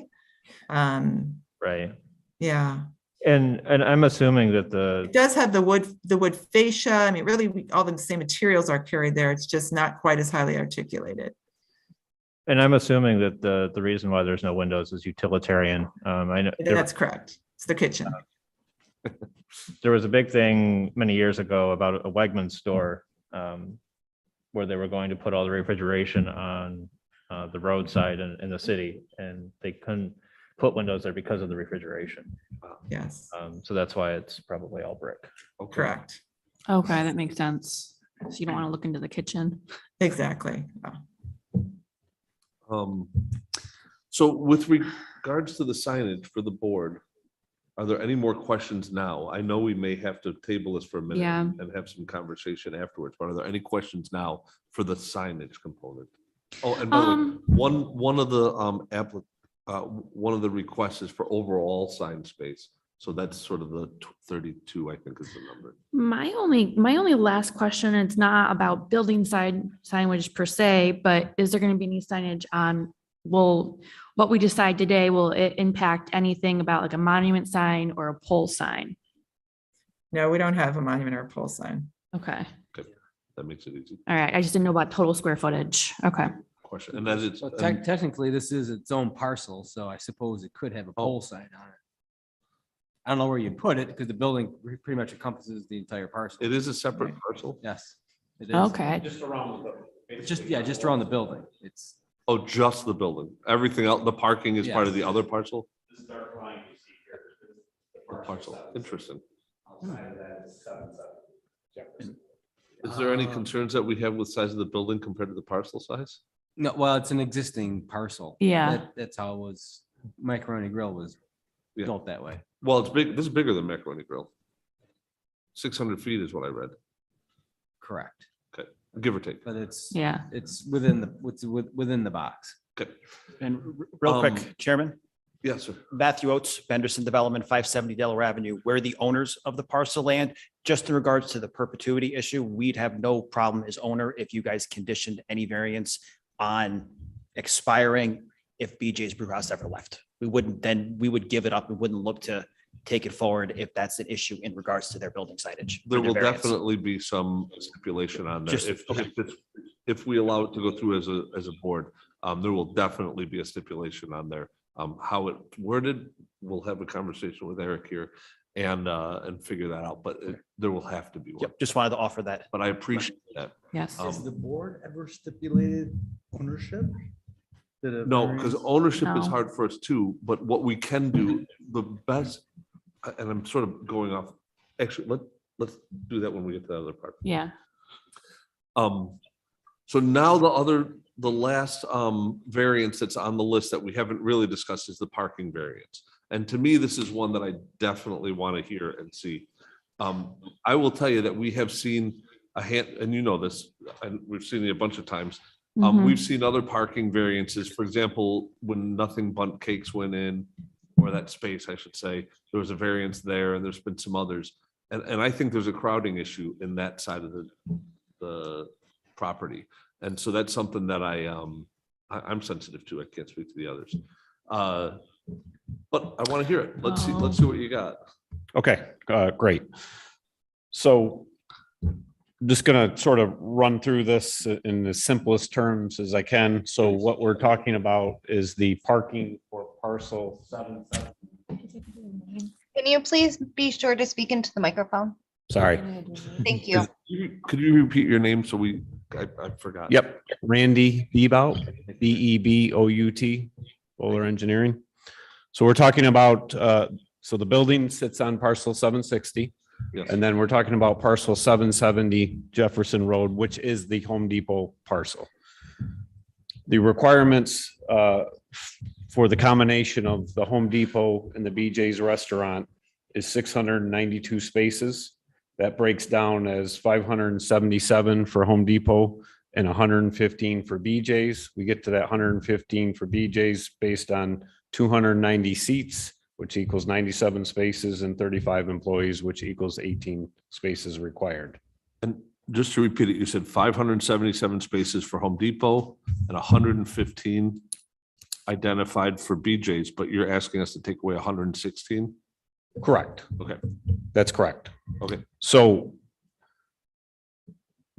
and before we get into any further detail, the change from what exists there today with the Macaroni Grill to the BJ's restaurant, there's a reduction of 9 spaces. A physical reduction of 9 spaces. Just Okay. want to make the board aware of that. Is the other spaces land banked or something? So out of the 576 spaces, there's 527 that are existing, which we're calling proposed, and then there is 49 land bank spaces that was part of the original approval, and those could be constructed along the back. But that was part of the prior approval of this development. So what we've done, and again, we're proposing 576 spaces, as I just mentioned, 522 or 527 exists, 49 land banked. So Benderson, Matt Oates had hired SRF Associates to complete this parking study of the Home Depot parcel. And I'm just going to sort of highlight that study. I don't know if the board has read it, but I'll sort of bring out the highlights of that. So that study was done in February, March of this year, 2022. They looked at parking counts at 3 different periods, which was a Thursday, 4 to 7 p.m., a Friday, 4 to 7 p.m., and a Saturday from 11 a.m. to 2 p.m. And that was what was they seen as the peak hours of Dinner that and where lunch we would rush. have overlap of the Home Depot and the BJ's restaurant In February. in February and March. In March. Yep. So, I'm sorry, just to clarify, this is this location? yes, And this is when the Macaroni Grill was not that's correct. active. Okay, That's correct. just to clarify. Yes. Thank you. So what the summary of that is on the Thursday time slot, there was 94 cars in the parking lot. On the Friday time slot, there was 89 cars in the parking lot. And on Saturday, there was 147 cars in the parking lot. So taking that highest number, that's approximately 28% of the parking that's available there. And I'm sorry, I keep interrupting you, but No, you're fine. you have a map, a picture on the board here. And on the application, I have a picture that shows this parking lot with a red block around it, says map study area, which effectively is the Home Depot out to the road. Yes. And then the grass between This map is not from the parking study. This is just for visual. an Yeah, aerial. just a site. But the Yeah. parking study is accounting for basically following the black and white roof line of Home Depot straight out. Correct. Not the stuff towards 110 Grill or Christmas Tree. Okay, just want to be sure that I'm on the same. That's correct.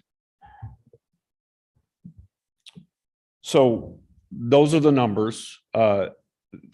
Looking at so there's the Urban Land Institute of Methodology, which SRF follows and took some of the guidance from.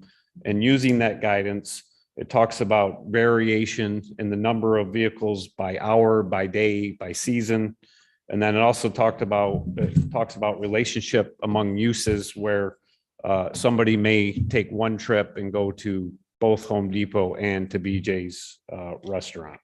So further in the study, they apply a factor to the actual numbers that we had. And when you apply that factor, the first factor is 100%, which so the Home Depot number of 147 at the highest count, using that number. So you're doubling that number. And then on top of that, adding a 10% contingency for the relationship of the trips going to both uses on the same trip. And again, this is broken out in more detail in the report, and I'm summarizing it. But when you take those two factors, the high number for the Home Depot would be 324 spaces. Add in the 115 spaces that are required for the BJ's, you end up with a total of 439, and compare that to the 427 that is existing. We still have a surplus of 88. So in other words, you can say, all right, well, February, March, maybe Home Depot wasn't as busy as it is in a May or, in the summertime. So that is taken into account with that 100% factor. So we still have a really good comfort level, I guess a safety net, if you will, that this will work. I think Matt can speak to it if need be, but there has been other variances granted for these adjacent plazas. So Can I ask, is there ever a jurisdiction or a conflict of which facility is filling the spot? Like who has the ability to fill the spots that are available? Right, so if there's no ownership of spots. So if there were there's no 400 ownership of spots, and we do acknowledge that the town board and we know the zoning board is waiting for an acknowledgement from Home Depot that this is acceptable.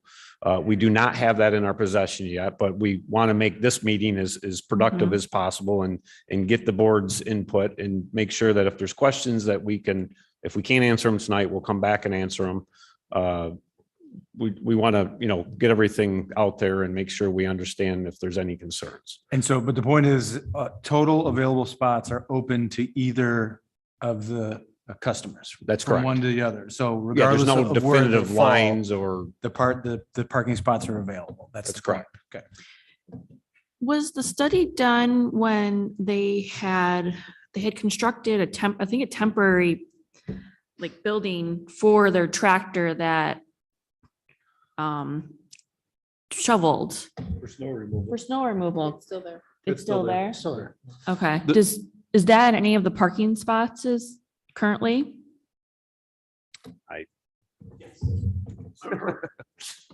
Huge. Because I know we're taking away 9 spaces It is, currently. yes.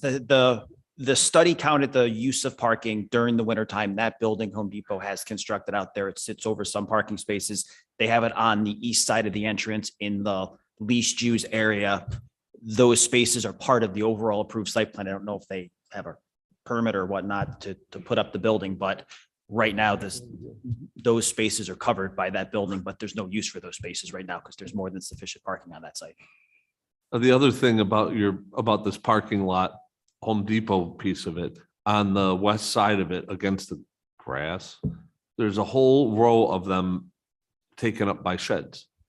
Oh, yeah, that's Or- right. I can't say that they are every day, but there's many sheds there and many things there. Is that accounted for in your study? That's accounted for with the overflow parking, the 88 additional spaces that are there. No, the study hasn't gone through and then taken out those spaces because again, those spaces are still available as part of the site plan. And if there was an issue with parking, Kevin could go out to Home Depot, I'm assuming, and tell Home Depot, these sheds have to move. You don't have a permit. I don't know what the outdoor storage issue, how the outdoor storage typically works in that regard.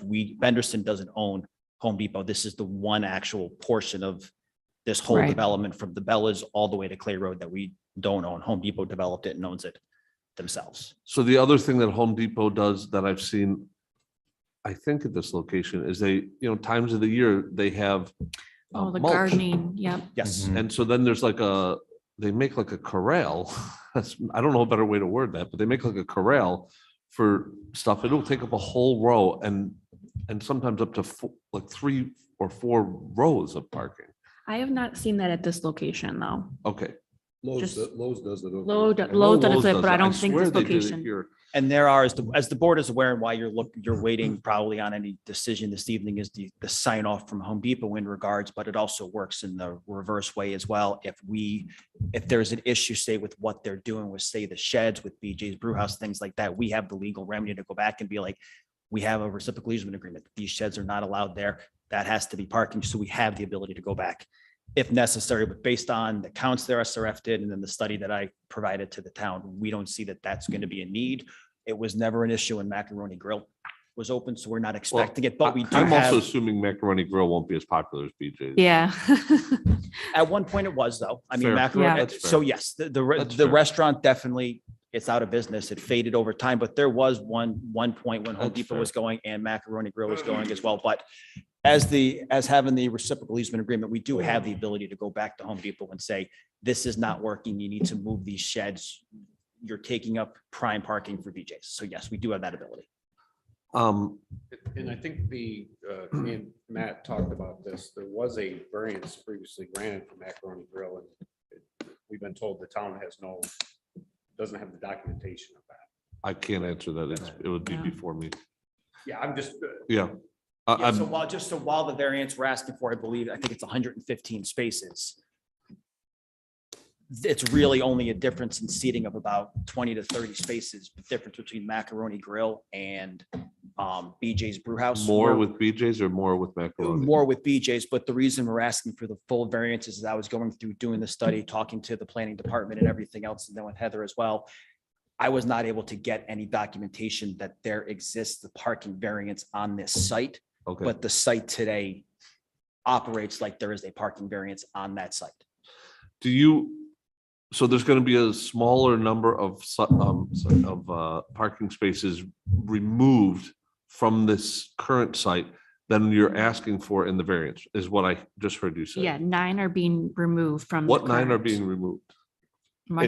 Spaces around the building as a function of tearing down the building and adding the new building. There's probably more ADA spaces we're anticipating. Than prior. Yeah. More than prior. Okay. So the other thing that for me, again, I mentioned a few moments ago, the other side of the park, the west side of the parking lot that is not in picture, the other buildings there. You are prepared. I appreciate it. There are points in time when, in my eyes, that is super busy. And Which building? Red Robin.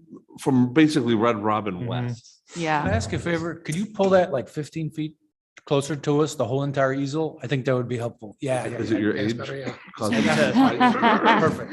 To answer that question, I actually think in other variances I've gotten from this board across the street at the Market Commons as well, I've had the same discussion. We love that. That's a great thing. Of course you do. Well, but also for BJ's Brewhouse as well and getting them to come here. If this was actually a site that wasn't nothing but cakes and Marshalls and Red Robin and this great center that this whole area has gotten really transformed in the last 20 years from Sure when that has. was RGD. They may not necessarily come because they're like, well, why do we want to be a restaurant in a sea of parking and there's no customers, there's no one here. By having these customers here, that's what drives the business. And in this retail day and age, like having that, and while yes, it is busy, the perceived busy versus the actual parking issue, there is a gap because the perceived busy is there's about 70 to 80% filled. And then there's usually there is parking spaces. At times they're a little farther away, or it's like there's 8 cars than a space, than 4 cars. They're not as easy to see when you're driving down and whatnot, but. Those are valid thoughts. I know people, very close to people that literally won't go to a restaurant unless the parking lot is full of cars. Is that you? No, it's not me. I won't go to a restaurant if I can't park I agree. close towards it at least. There's a mix there. Yeah. You know, so I can appreciate the business side of this, no doubt about it. And there's no question, I'd love to have this restaurant new here. restaurant here. But we also have to pay attention to things for the safety of the area. The fire department has to have access. You know, if people are parking weird, is my word, crooked, not filling up the space. And then people are parking in, you know, spots where they shouldn't be. Right. You know, that's a safety concern that we should be paying attention to. And I think that's sort of what I'm leaning towards. Can you find 5 spots? Sure. I've also seen people parking, you know, where I don't think they should, you know, and that's a safety issue. And it's because But of the there- perceived crowd. Yep, but there's not 5 spots. The data shows that there's more than sufficient spaces, but then going back to the previous issue we mentioned, and kind of as the property owner, this is only a variance of about 10 to 20 spaces from the actual operating condition. While we can't find the records of it, if the board for some reason like chose to deny it, you would actually be telling us this building can't be operated because I don't know how you could issue a building permit for anyone to use the building because there was no Yeah. record of a variance. Not sure how that happened. We weren't the developer know at either. that time. So on paper, I feel like it looks like it's a lot bigger of a variance than what would have been there had the paperwork. If the paperwork had been there, we would have been in for it's like a 20 space variance. We're taking out 9. There's a few more seats, but it's basically the same general use. I appreciate the input there. I have two different questions. The first one is, are the accessible spaces shared by Home Depot and the restaurant in relationship to parking, or are they separate? No, BJ's will have their own accessible Yeah. spaces that are adjacent to the restaurant. And then my other question, which is almost two parts, is I'm curious to know what the capacity of the restaurant is for employees and patrons, and then also the same for Home Depot, of how many patrons and employees how many people are allowed in the building at the same time? There's 290 seats in the BJ's restaurant. They're anticipating 35 employees. And that's how we get to the requirement of 115. I can't speak to Home Depot's side of that. Big. Thank you. Good question. My thought is, Go ahead. okay, now 116 spaces these are already existing spaces that are there. Yes. And we're going to reduce it by 116. So No, no, no, we're Yeah, only land- physically removing 9 spaces. There's land banked already. Oh, they're that the- land bank. Well, the land bank is actually, the land bank spaces are behind Home Depot, But they're still okay. there. but they're technically still there. But it's I land think bank. we- So, but the site, I don't have the final numbers, but the site as it exists today with Macaroni Grill, assuming they're opening, operating, is approximately 670 spaces. The site with the land bank only has 577 spaces. It's deficient about 93 parking spaces. This was developed in the late 90s, early 2000s. I've talked to Chris Martin, I've talked to Heather Voss. Yep. No one can provide me the documentation on the variance from Macaroni Grill, nor a copy of an approved site plan that shows the Home Depot with the entrance the way it exists, because it's that odd entrance that comes up. Yes. After the site plan was approved, the entrance got changed, probably from DOT standpoint, DOT getting involved and changing it, but it doesn't look like the paperwork got backfilled. So we're talking about 116 space parking variance. While yes, that's what's there on paper, the site operated at about a 90 to 95 space deficiency. In reality, the entire time Macaroni Grill was open. That makes, Okay, so they exist, but they're actually behind the building. They don't know. They're banked. They're not there. They're land land banked. banked. They're not land banked. Macaroni Grill should have been provided, or Home Depot, a parking variance to reduce the parking requirement by 95. Forgetting the land banked by 95 spaces. That paperwork just doesn't exist. okay. So like if this variance was denied, we can't reuse that building because we'd have to still come back to say open Macaroni Grill back up. We'd be asking for a variance because there's just no record of it, even though the building was operating. So this is basically just correcting a past oversight. It's correcting an Or- oversight with a Or small, clerical with a Yeah. small modification on top of it. But the majority of this variance, like 90 to 95 spaces, is a past oversight. And then about 20 spaces are the 9 around the building, and then the few extra seats that BJ's has above and beyond with Macaroni Grill. Okay, because the way it was sounding was this, as if 116 spaces, I didn't know what you were going to do with that space. Because I didn't know if you were planning to put at some point, another building. I know that's not. I parcel understand, that's why I differently, understand it's very odd. Yeah. You're looking at it like, how is it losing 116 spaces from a building? And Matt, can you just step closer to the microphone? Sorry. please? So yes, Thank I you. understand, like, yes, in Is it- trying yeah. to write it and how it lost it. And from working with Chris and with Heather and we submitted the initial application, it was decided that we should correct the whole thing and submit for the entire variance to correct the past issue as well and just look at it as a whole. Okay, because that's something we should have That put helps note quite a ahead of bit. time. If that was something that was, did I miss it? in the- Yeah. Was it on the original? What was the fact that? No, he There said it. That's all we know. Okay, so he there was said it. no, we weren't, okay, so we weren't. We weren't- I we don't weren't think told you this at missed a time. anything in the paperwork. I think this is something that wasn't, at least not to me, it wasn't. It wasn't clear. clear. So okay. I feel I understand the situation of where we are today and where they're asking to be tomorrow. or what. Right, okay, so that makes more sense, because I mean, getting rid of spaces, you still have space, so it's like, I didn't know if there was what the intention of the 116, which this is, would correct another issue that has been ongoing. Yeah, so it's just the 9 is a function of tearing down the building and building the new building. That's Which- the only physical loss of parking. Okay. Right, okay. So the board members, are there other questions for the applicants right now before we're going to table this from it and have a discussion? Obviously, there's a fair amount of things to discuss here. So are there any other questions we should ask right now while they're in front of us? Knowing that when we open this back up in a couple of minutes, we can ask them more. So Sorry, you're first, go ahead. So I know that there was one concern about, the more towards the left where there's the bunk cakes and Marshalls. Is there any concern of like overflow from like people from Red Robin's parking here at BJ's and vice versa? Because I know the whole variance is for the huge, Home Depot part. yeah, the Home Depot parking lot, but if there's a space, I mean, personally, if there's a space open in Robbins, I'm not gonna park all the way over there.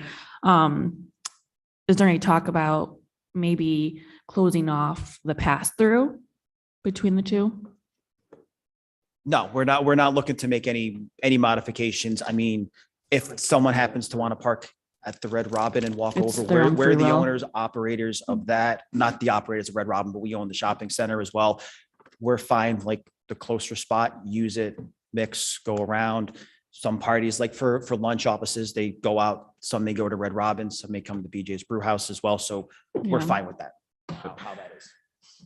I have a question for, how long has Home Depot been there roughly in years? Well, I can, been there a long time, and I was, the prior firm I was with, we actually did the site design for that. I want to say it was around late 90s, 2000. Late 90s, I think it was. Over So 20 we'll years. call it 20 years. How long is Macaroni Grill, an operating restaurant at the Macaroni Grill location been there? I don't know that. I want to say early 2000s. I'm trying to remember, like probably like 99 to 2001. So we'll say Couple- 15 seems to about 15 right. to 15 to 20 18 years, years, yeah. we've had two operating buildings. Are the two of you local residents? Are you around this facility often, these facilities? Yeah, often? I live 20 minutes away. I'm in Victor. How many times in the last 20 minutes have you ever witnessed 20 years. full capacity, in 20 years, full capacity of all those parking spots with Never. these two buildings? I was gonna say, I live in Greece, and I spend almost every Friday night in Henrietta because something my daughter does, and I've been on Home Depot on Friday night. And it's tough to get space at restaurants, or it's tough to get in restaurants on a Friday night. So I'm really Yeah. excited about this. Yeah. But yeah, So- I personally have been to Home Depot a ton, and I've never had a problem parking in it, whether it's a Saturday or a Friday or whenever. Yeah. Even in the winter. Oh, Yeah, I'm talking snow pile and oh yeah, no, I mean, and again, my daughter is out in Henrietta doing training stuff every Friday and Saturday through this whole past winter, and it would be rare if I didn't go to the Home Depot on one of those days, and I've never had a problem parking. And where is the snow pushed by the tractor? Where does it? Against Jefferson Road, I used to climb the. Oh, yeah, piles. it's right. It's towards the front, kind of by Yeah. a Christmas tree store. Yeah, that's right. they'll end up putting it in the grass, and when it gets really overflow, it ends up eating up. Huge piles, huge piles. that's a lot of space. But is there parking spots there? There are. There are. Yes, there are. I can attest to that. I've sometimes tried to park my Jeep up on the snow pile. Okay, You might need a variance for that. Right. For bigger tires. all right. No more questions for me. Thank you. You may not know this for BJ's restaurant, but do you know the delivery truck size that service the Macaroni Grill? Probably box. I don't know that, and I'm assuming Joan can speak to any questions on the deliveries for BJ's. Yes, I can. They do come in a variety of sizes, but I think probably the biggest is like a 40-foot trailer. But deliveries are all made early, so it's not, they're made before the restaurant opens. So deliveries are made before 10 o'clock in the morning. Okay. Yeah. So there's no competing for space. Yes, yeah, we're not competing for area when we pull our trucks in. No competing for spaces. However, Home Depot is open. Correct, but I would think that early in the morning probably wouldn't be an issue. what I think, what I was The kind of train looking at radius. too was, Maneuver. I have to do turning radius studies all Yep. the time. And one of the things is if you have to put, a 70-foot tractor trailer in there that's coming from the highway, there's no way it's going to make those radiuses with those parking spaces. Mhm. So that's one of the considerations. But if it's 30 or 40 feet, delivery size truck and it's outside of operating hours for the restaurant, Probably fun. yeah. Likely. Okay, so we've asked a lot of questions and I think they're all valid questions. What else do you want to ask me before we sort of table this for a few minutes and finalize it between ourselves? Anyone else? Are there any questions from anybody else in the audience? I don't think there is anybody else, but not here, but I mean, online. None online at this time. Millie's been logged in this entire time, but she no raised hands. Can I just ask if we're done with the display? Can we move that to the side so we can clearly see Aaron okay on the? Oh, yeah. sorry. Its star power is not powerful enough to go through the easel. I don't need. I can only see half of them. Thank you. We're good to go now. So I would like to table this for a couple of minutes. We also have to take a bio break. So what time is it? It's 8:52. So I'll table this for a minute. We'll come back in a few minutes. Oh, meeting's closed. I'm sorry, instead of table it, meeting's closed. We'll come back in 5 minutes. Thank you all for your patience on this. We gotta. Is it soccer that she's constantly training for? Softball. Softball. She trains at Smash It Sports on Scottsville Road, and they train on Friday nights from 6 to 8, and Saturdays from 2 to 4 or something like that. Wow. So I spend a lot of time in Henrietta, just killing time. Yes. So I'm always at the Home Depot, and I mean, I legitimately, when I've been there, I've never had an issue with parking. And the question about, I've never parked anywhere near Max Running. Somebody can come in. Good. It's gotta be the And I same usually park sign, fairly same close, place. but I mean, I like to park at the end anyways. So you don't get whacked, huh? Yeah. Tagged. The person walking out with the cart just shoves it off or whatever. I love I that. mean, this will be a great addition to the town. I mean, it's just a super facility. Not those words, but they have to put them in those locations. And theirs, they don't even look like. Like you got the code. I mean, I think that's. Yeah, that size of that building, I mean, the building's ginormous. Again,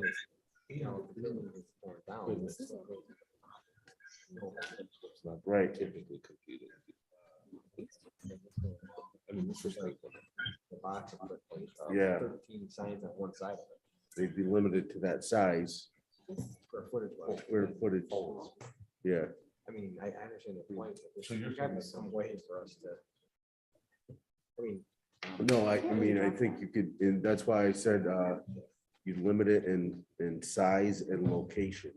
So that even if somebody did say, oh, I got 13 signs, well, you can only put 3, within so many feet on the north side, 3, it limits it where they can put it. I mean, I think that's how you limit it. I guess the other way of doing it is. Every sign is. Normally, I'm always the one who would say that. And I didn't even see that. And now you can't stop saying it. So let's say they get You're 13, welcome. they go out, someone comes in, Oh. well, I have 13 signs. So be it. Or you giggle every time. you walk by. All right. Drive by. Not that I want to bring that. Yeah, no. But it seems like. Highly overrated. You want to revamp the sign. We're almost back. I don't think we want to do that. I mean, I think if you limit it. like I said, couldn't see me. I felt it. I felt Dude, it. it's gotta be. You're not very in often the same, from it. same sides and the same area, make it within whatever they're gonna do. They say, oh, it's gonna be 5-10 feet from the, top of the north side and.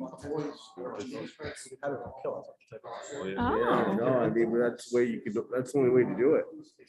Box them in, He said it's a It's on. Actually, I have, Matt, I have a The ones on Tuesday. map. Like they're tonight. And Monday, like, New York State. She wasn't even aware of it. They're away. I don't know very many states with, I mean, that's something. Well, you can't go at 4:30 to When I was something? in West Virginia, and I know. the variance I is only on joke the because land. like my son So if has I buy the hockey. It land, starts at 5. I get I the get out at variance, 5. I mean, that's pretty. So I always have common to tenet like of real take a estate half-hour law. lunch, leave Like early. right of ways, you know, Yeah. if there's a right of way on the land and I buy the land, that runs with the land, so I buy it too. So they're basically the next step. Oh, so I'm already 1 hour ahead of them. So the first hour, like from, I started at 8. Well, And then use variance. so by the time I'm sure. yeah, no, I get it. So it's like- So we have, it's Oh, funny that you say that because we have a lady that works with I us. don't think She's it makes a part-time. distinction She there. works literally before she goes in to her day job and then works after. Okay. And but California, All right. I Yeah. think everybody's here. yeah, tell me. Yeah. I'll give John. Yeah, I know, I get that. California. It's a separate, Well, I know, It's no, on it's the 4. other side. Yeah. separate count. Right. Because that would have gone. Really? We can ask. Oh, yeah, that's right. With all of us. It's almost 6 o'clock in California. Hey, John, can we Huh. get you back? They're 3 hours behind. Tim, can you do the old Scott whistle? I don't know how to do that. I think Alaska's. I don't know. I can't. do Yeah, it. I can't do it. He is I really can't, good at well, I can't. John, we're also- getting ready to start again. Nope, Just reopen the meeting. I can try. it. What's that? Let's go ahead and reopen the meeting. Oh, yeah. All right, we're gonna reopen the meeting. Oh, no, we're not reopening the meeting, because that's with everybody included, right? Oh, no, yeah, we're not reopening. We're not reopening the meeting. Sarah, I'm sorry. Hey, John, we can't have that conversation. I know. Okay. Okay, I'm sorry. John, would like to continue. So I want to start out with the signage first. We'll talk Okay. about parking in a minute.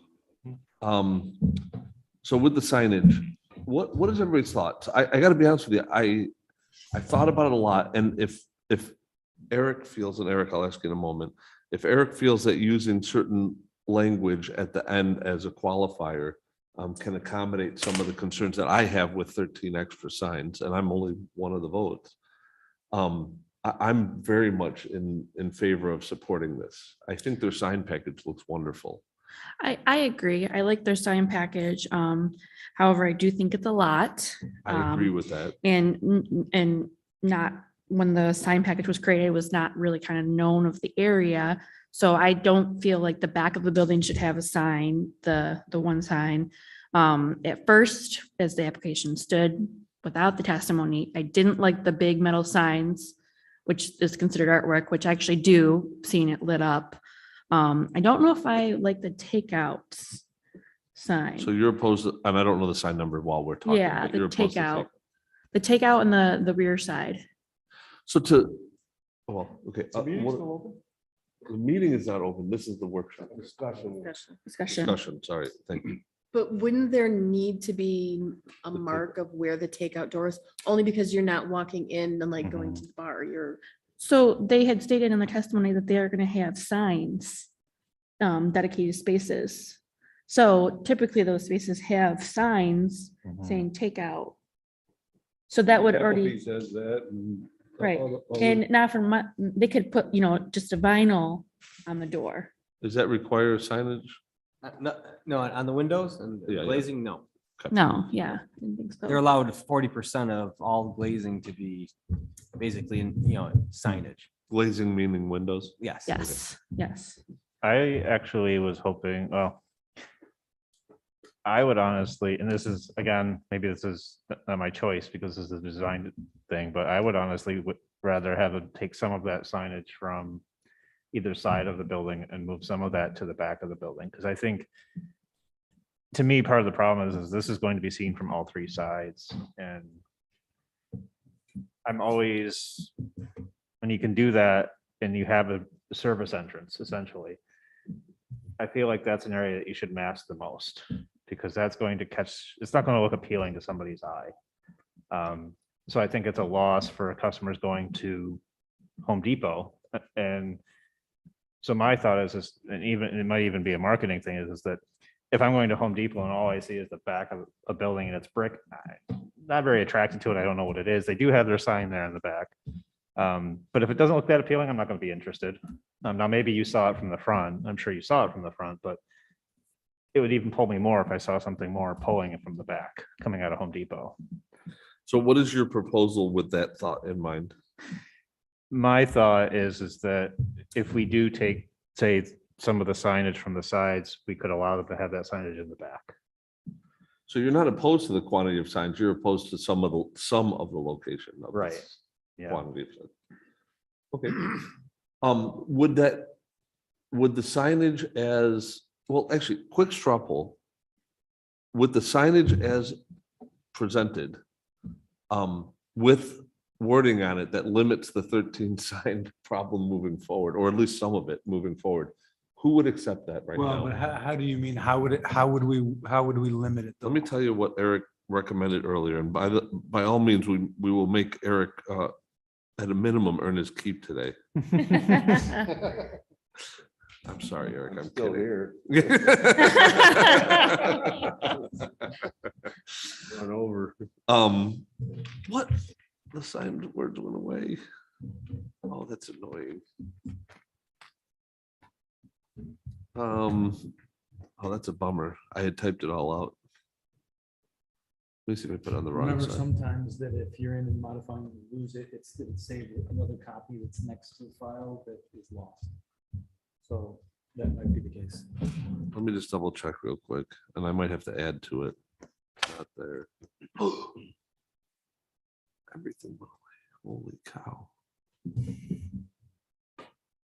While they're doing that, from your experience, and I know there was a whole big deal about Wegmans in the city about the cooling and having the solid wall.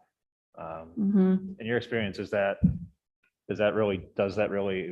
required, or does it really make it more efficient to have a solid wall where the refrigeration is? Yeah, so like with the refrigeration, or that you have a specific wall. So typically you'll have a wall probably up against a wall that, so in past experience, if the jurisdiction requires additional like windows per se, we'll add windows, but they're spandrel windows or fake windows. They're not usable. Right. So at that point, it's just for exterior aesthetics Right. versus being, using it. So. And the compromise at Wegmans was they put it on the backside against the road, but here you don't have that option because really every face is in front of somebody. Right. So Yeah. Oh, I'm sorry. And I get your point where you want to kind of, make the back still look not be forgotten is kind of the point. Right. Because I know a lot of times that's where obviously the trash is, I see it as a service entrance. I wouldn't Yeah. necessarily draw as much attention. As a matter of fact, I would do less on the Yeah. back face if it was me. I mean, and this is just me in preference, pulling from experiences that in my profession, I spend a lot of time trying to hide a service entrance. Right. Sure. And here, there's not a lot of opportunity to do that. correct, especially if I you're agree backing with up to a parking lot that's Right. utilized. I mean, I get it. I mean, signage is also a huge cost. And when you're I have it. already producing so many signs. I got it. Yeah. I pulled up on my phone. So the text that Eric recommends, the variance requested in applications 2022-19 through 2022-33 are approved under the condition that the signs are limited to the specific size and location set forth in the presentation to this board. So it can't be moved from that location, but they could really put anything there they wanted that fit it. As long as it was within the.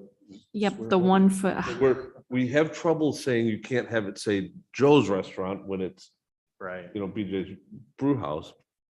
But we can at minimum say you can't change this dimension at all.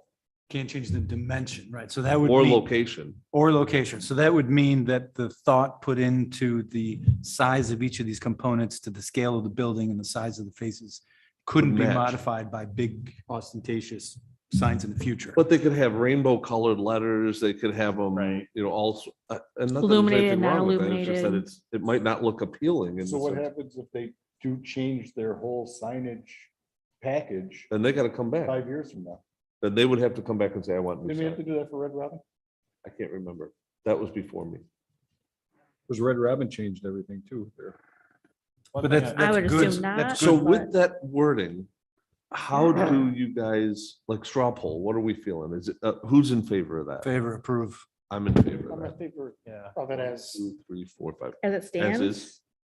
yeah, Any changes from it at all? as far as, I mean, I had some question as to whether or not the two, I consider them to be like artwork murals, not signs, but I mean, if the town considers them signs and They're signs. and they're signs. I mean, my personal. And they're the preference is that they biggest would be- signs. I don't disagree with your assessment of that, But- but at the same point, it's been determined, so we're, That's- Yeah, so that's fine. No, if the town decides that that's what they, it's fine. and that's why we, Christian, that's why we have the other one, which I think is number 32. I might be wrong on the number, but which is an overall square footage, because these signs they're asking for at 11 inches, as we heard, and some other things are really not that actually a large foot. overall, but Writing. there's a lot of them, which is. the Yeah, there's a dilemma lot we of have. them. Yeah, the two signs or murals, call Or it. the big are part, the the ones that are- 300 square feet of it, or something like Exactly, that. yeah. I want to ask this. I don't think it's a What- value add to this discussion, but why is a mural considered a sign with no words or pictures? If the definition of a sign in our code book is very specific. And anything that purports the use or services at that property is really considered a sign. Which, again, we'll say it again, that sign code needs to be updated, so. So this would be a sign that I know. the That's mural okay, but behind us. I actually thought. If it was on a building. But it's a Thank you. painting. That's a painting, yes. But But still again, got lettering on it. if Well, you read the even- It has to be definition, illuminated technically. But LA Fitness had the same things on the side of it before it became Encarta. Oh, Of all yeah, These people working out, they were signs, really? and that They went were? before the Really? board. They are Is- signs. I don't remember that. Is it brick or what, how is it? I guess, is it It's just a painted? mural. like a It's wallpaper. Mural, Okay. however they put it. So I've looked at some of the BJ restaurants across the country. They actually have murals. Yeah, The difference is that they're utilizing a metal backlit sculpture, if you will, yeah. which blends, I think, with the aesthetic of the building design that they're presenting. Yeah, and everyone that I've Googled, just because I wanted to know if it was a franchise, when I Googled it, everyone had the brew house and the restaurant, the same design, Right. almost everywhere.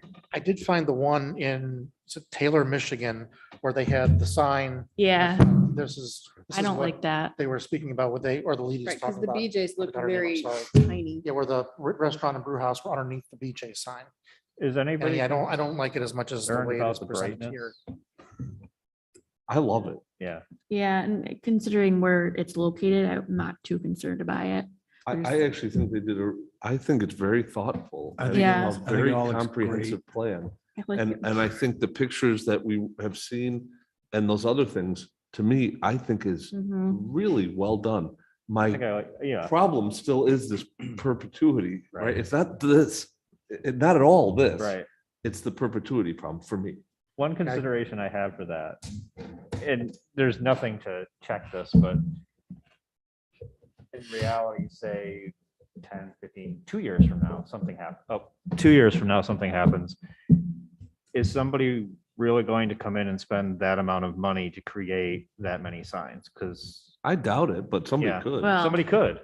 yeah, And Would- pay the sign package? Probably not. Yeah, I would think it's a long shot, but again, it Right. doesn't matter 2 years, it's 20 years from now. Right. Is It that- could Three happen. other places, God forbid, 3 other places have to have Yeah. financial Is that a problems. yearly thing, Kevin, that they have to pay for the signage sign permits are every 5 years. They have every to 5 years? pay for it, yes. huh. I didn't know that. like it with Eric's conditions. Okay, so we have 1, 2, yes, no, I'm a yes. 3. Heather? As it stands, no, I don't like all of it. Okay, so that's easy. Sorry, Heather, but you will be out. It's okay. The other component of that is the sign size. the overall size, which I think goes right in line with this, but again, for us, that's a secondary. Fits right with the building. And then the last one is the parking. Now, we do have an option if we desire, we can wait for this answer to wait for Home Depot to say it's a good or bad. But what is everybody feeling right now with this? Are you leaning towards it or against it, knowing, these things that we just learned today? Right, everything, I mean, I'm in favor of it now, knowing the fact that there was an issue prior. I thought there was gonna be 116 spaces removed, and I didn't know it was gonna go in that space. But now that, as they explained to us, that they never existed technically to begin with, and so they're basically correcting an issue from before so that they can build this new building. So that makes a lot more sense to me. And I know there's a small reduction based on the fact the building is a little bit larger than the existing building. So, and that I think is reasonable. Okay. So I'm okay with that as it is. And this is a question for Eric, probably. If the spaces are land banked, what actually forces, or can it be forced to actually make those parking spaces? Actually, you said that they weren't land banked. What's that? The gentleman from Benderson said that they weren't land banked. Is that correct? That is what he said earlier, but there's space out back that they could put parking spaces in. Way out back behind Home Depot. Yeah, I mean, But it it's not could be practical, but it's- employees. Right, Employees, and that's what I'm yeah. thinking. They could take the employee load, at least for Home Depot, That's out of the front lot if those land banked spaces became parking. valid thought. Yeah, So I mean, so there are spaces that are not in existence right now. We'll validate this in a minute when he's allowed to talk to us. He's allowed, yeah. He's Yeah. sitting here looking and. I know. He must talk to us, I know. Yeah. Sorry, I can't ask you to come up yet. It's not testimony. He's about ready to jump over the Oh, I know. And maybe we'll make him wait next week. But, My, So my, valid question. Let's clarify it. But assuming that you get the answer that you want, are you generally okay with this? Yes, I am. And by the way, there's a seeker extra thing that we have to do for seeker if we do agree to this. It's no big deal. I just have to read something. Heather, are you generally okay with this? I'm generally okay with it, and I say that very cautiously because we have seen Home Depot kind of take part of the parking lot with their snow removal, the potential of Sheds. mulch, the sheds. And that's why I'm very cautiously saying that I'm towards it because, as it stands, I mean, I know this was a, clerical or an issue prior. And they're only taking 9 spaces away, which I'm okay with. So how would you vote today is a better question. As we stand right now.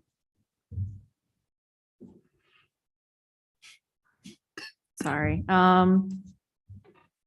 I'd feel more comfortable if parking spaces were built towards the back of the building. Okay. I'd feel comfortable saying yes. Tim? For me, my perspective is I've lived in Henrietta for 20 years. I go to Home Depot probably 3 times a week. I drive past the facility every day. In my mind, I can't think of a single time when it was full to capacity or was an issue.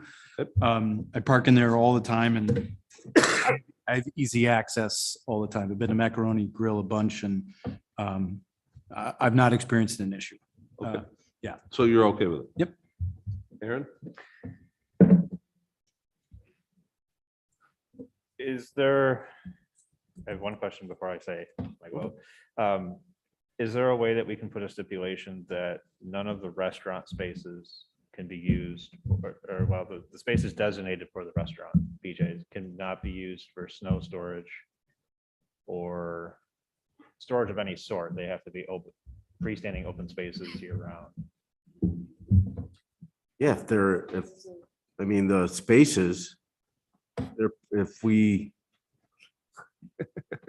grant them a reduction in spaces, the open spaces should not be used for storage. I mean, we could say that. But you gotta enforce it too. So Right. there's a, I mean, that's that's a Right. bigger separate problem. issue. I was gonna mention that to enforce that and. You gotta plant someone What there. is, I don't think there's any specific 115 spaces for BJ's number. Right. It's Right. in this whole entire 500. or Yes. whatever Right, they parking could space. park at the other end. It's That's good for people to walk after eating a big meal to their car as well. right. Yeah. And I think that's a common thing that we have to pay attention to is Mhm. enforcement component too. So if we are making a stipulation on there and it's like unenforceable, I don't think we should ever make that stipulation. Right. That's just a thought that. Right.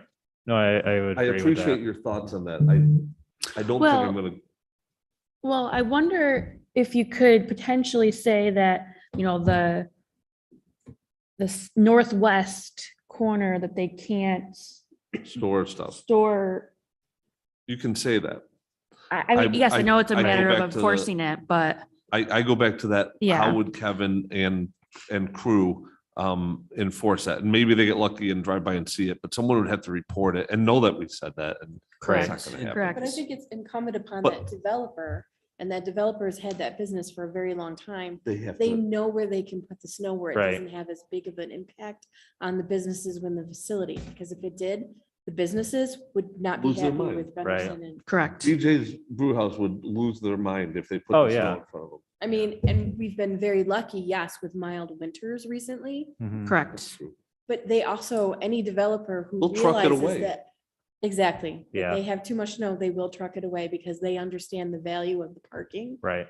and getting that cleaned up off Mm-hmm. the property, Yeah. let alone the safety factor of, I need to scrape it down because it's all ice. I need to get in there with Right. salt and then get it Yeah. out of here. And you'll On have the people liability like, issues, yeah. and Tim will just park on it. Right. But there's that. So, does that clear anything I- up for you? Yeah, and I can tell you, I think I would be okay with it, knowing that Home Depot was okay with it. They had the And we agreement. can't do it Correct. without their approval. So even though we're doing this somewhat out of order, Right, if we approve it and Home Depot says no, it's still a no. okay. For them. Because I think they have rights over that Okay. decision. And we'll ask that. when we're done. John, how are you? Fine with it. As Not it you. is. I'm good. I'm fine with it. Okay. So I do need 2 minutes because I didn't type anything out for the parking one. I'm glad we learned what we did. With that, I will reopen this, but I will still take a minute to type. So I'll reopen the meeting at 9:18. You guys heard some of the questions. Maybe you want to throw an answer out just so we're on the same page. I know you can't wait to answer. So the two things, one, we can do in regards to the snow removal, we can stipulate that, say, this would be the BJ site plan. Basically, the parking rows actually around the building won't be used for snow storage. And that also, Kevin, I think could probably be something during the site plan approval as well. Like snow storage area can be stipulated as not being in that area. And like kind of tie it into the actual site plan approval itself as well. Second, in regards to just going back through the parking numbers really quickly. So the variant, the overall required parking for the site would be 692 spaces. The site actually has built out 527 spaces today, which is 165 spaces short. If the 49 spaces were put in behind Home Depot for land banked, that would then get us to that 116 spaces for the parking variance. So as the site would exist today, it's actually the one would be 165 spaces short. As it sits right now, As it Wait. sits today, plus or minus, say, go to 670 then for the macaroni grill. as it sits right now with Macaroni Grill where it's in place. Call it, yes, during the, Once it's replaced by BJ's Restaurant. Yep. How many total parking spots as it sits right now are you losing? they're losing 9 spaces. So it's really a reduction of 9. If It's a- we're it's a looking re- at it in terms of what we see today. Correct, yes. You're losing 9 spots. 9 spots around the building, yes. However, that's, sorry. Right, that doesn't go to the code for the parking, Mhm. understandable. Right. But in terms of view of what we see right now Mhm. and what we have all experienced as residents of Henrietta, Mhm. 9 spots. Correct. And that's with Home Depot using one entire row for whatever, in Correct. addition to, I think there was over 40 spots on that side where they have the lawn and garden center. They Yes. use that, and that's never been parking that I think I've ever seen. Oh, yeah, you Correct, can yep. even see it on the Backside. site plan. Right. And so I apologize if I missed this earlier. What is the alternative if the variance is not approved? What is, I don't. We have too good a relationship with the town of Henrietta, so for me to actually state what the alternative would be. but there'd be a lot of conversations with the town to figure out how we got to this place where Kevin can issue us a building permit to reuse an existing building. There were just, yes, I mean, there really is no alternative. We kind of have to figure out how we got in this position, I think. And that's what I was really getting at is there an alternative without There is- reducing the building footprint or There something? isn't, because without a variance actually being granted tonight, I think now that we've discovered that there's no paperwork to back up the existing conditions, I don't think that building can get reused without getting a variance. If that building wasn't there, would you get the 116 parking spots? I think yes, if the building wasn't there today, I believe we should be granted the 116 spaces, because I think the numbers from the study I provided with Home Depot justify the request for the variance. And I do think while other places are busy, I have done other studies with the town over the years for different locations using the exact same methodology. And I think it has worked out very well for our other plazas in the area as well. And if you weren't to have that building at all, there would be a detriment to the businesses or the business developer? from that If we area? didn't have that building, there would be a substantial financial impact to Benderson, yes. Now, just a question. So say BJ's is thriving, they're in the whole, and then obviously Home Depot is thriving and the whole parking lot is full as it stands currently. Are there any game plans are you going to have a conversation with Home Depot that they need to, move their mulch and the sheds and? Yes, that would be yes, because at that point, typically the way the conversation would generally go is BJ's would reach out to us and say, we're having an issue, we're doing wonderful in Henrietta, and BJ or Home Depot has all the sheds behind us in this area. Please take care of it for us, reach out and get it moved. And we have that ability with the REA agreement, like Home Depot has the approval authority that the town is looking for to say this building and everything is okay. That same legal agreement actually works in our favor as well. So we can go back to Home Depot and say, where you have the sheds, where you have the mulch, that doesn't work for our business up front. So you need to move that as well. So it works both ways. And it's kind of how everything can generally work in harmony and no one oversteps where they are and they start injuring other businesses. Now, you just mentioned the fact that you need this variance in order to build the BJ's restaurant, correct? We need this variance Financially. to build the BJ's restaurant. If BJ's wasn't here and we had another restaurant tenant to say reuse the existing macaroni, I would still be standing here tonight requesting this variance because we would need the variance to reuse the macaroni grill building. Okay, so even if we grant the variance, Home Depot we have to go through Home Depot. Yes. If they could tell you no, and then Home Depot has approval authority in regards to the overall size of the building slightly exceeds what's allowable in the REA. So Home Depot wouldn't be able to just say no. Home Depot would say, you're allowed a 7,000 square foot building in the REA. They're proposing 7,600. We'll allow 7,300 or we'll allow 7,000. So that you would just have to work in that. That's what basically Home Depot has the approval authority over, is there's a slight exceedance in what the allowable square footage is with our REA agreement with them. Right, and even if they came and say they wanted 7,000 square feet and they say, we're sticking to our guns, then technically the occupancy of the parking need would go down. Would shrink. right, but Yeah. so the 116 spaces though, what if they said, no, we want those? They're not there to get. So these spaces, the 116, we'll use that number, the difference, those spaces aren't there. If you deny the variance, Benderson suffers a massive financial loss because there's a macaroni grill building that cannot be used because there is no variance in place to allow the macaroni grill to be used, is the problem. So we're trying to correct something from 20 years ago when the macaroni grill came in. And now that we're reusing it, that's kind of when this all came to light. And it's our understanding, though, there was a variance for that. There's just no documentation. There's just The records are gone. yes. So we just can't find the proof. We that can't there find the was. proof. Okay. Terry wouldn't have issued a CO, a building permit or anything without the proper paperwork. So it's just, no one can find it. Okay, so. Okay, Okay, thank you. Yep. go ahead, Bob. Thank you. So we're good? So with that, I would like to close these applications. Please bear with us. There's a couple extra things we have to say because of some of these variances, so we'll get through these. Maybe. Okay. With regards to application numbers ZBA 2022-019 through 031 for an area variance, I move to approve as follows.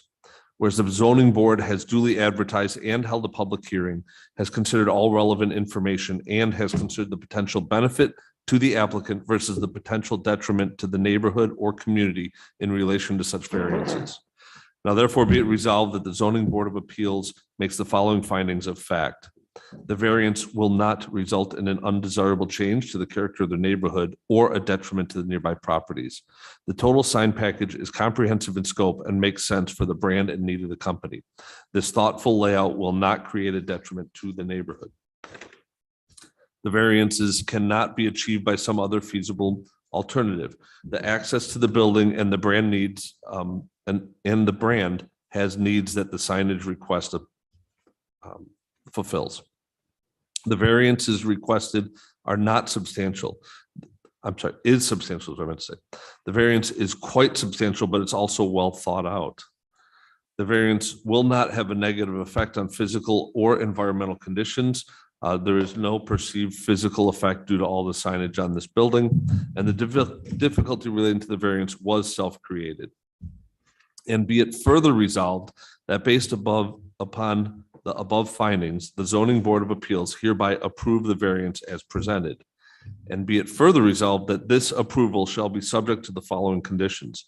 The variance requested in applications 2022-019 through 2022-032 are approved under the conditions that the signs are limited to the specific size and location set forth in the presentation to this board. I'll second that. Hold on one second. I think I have numbering wrong. One of these I have numbered wrong. Resolution. It starts at 19 to 31.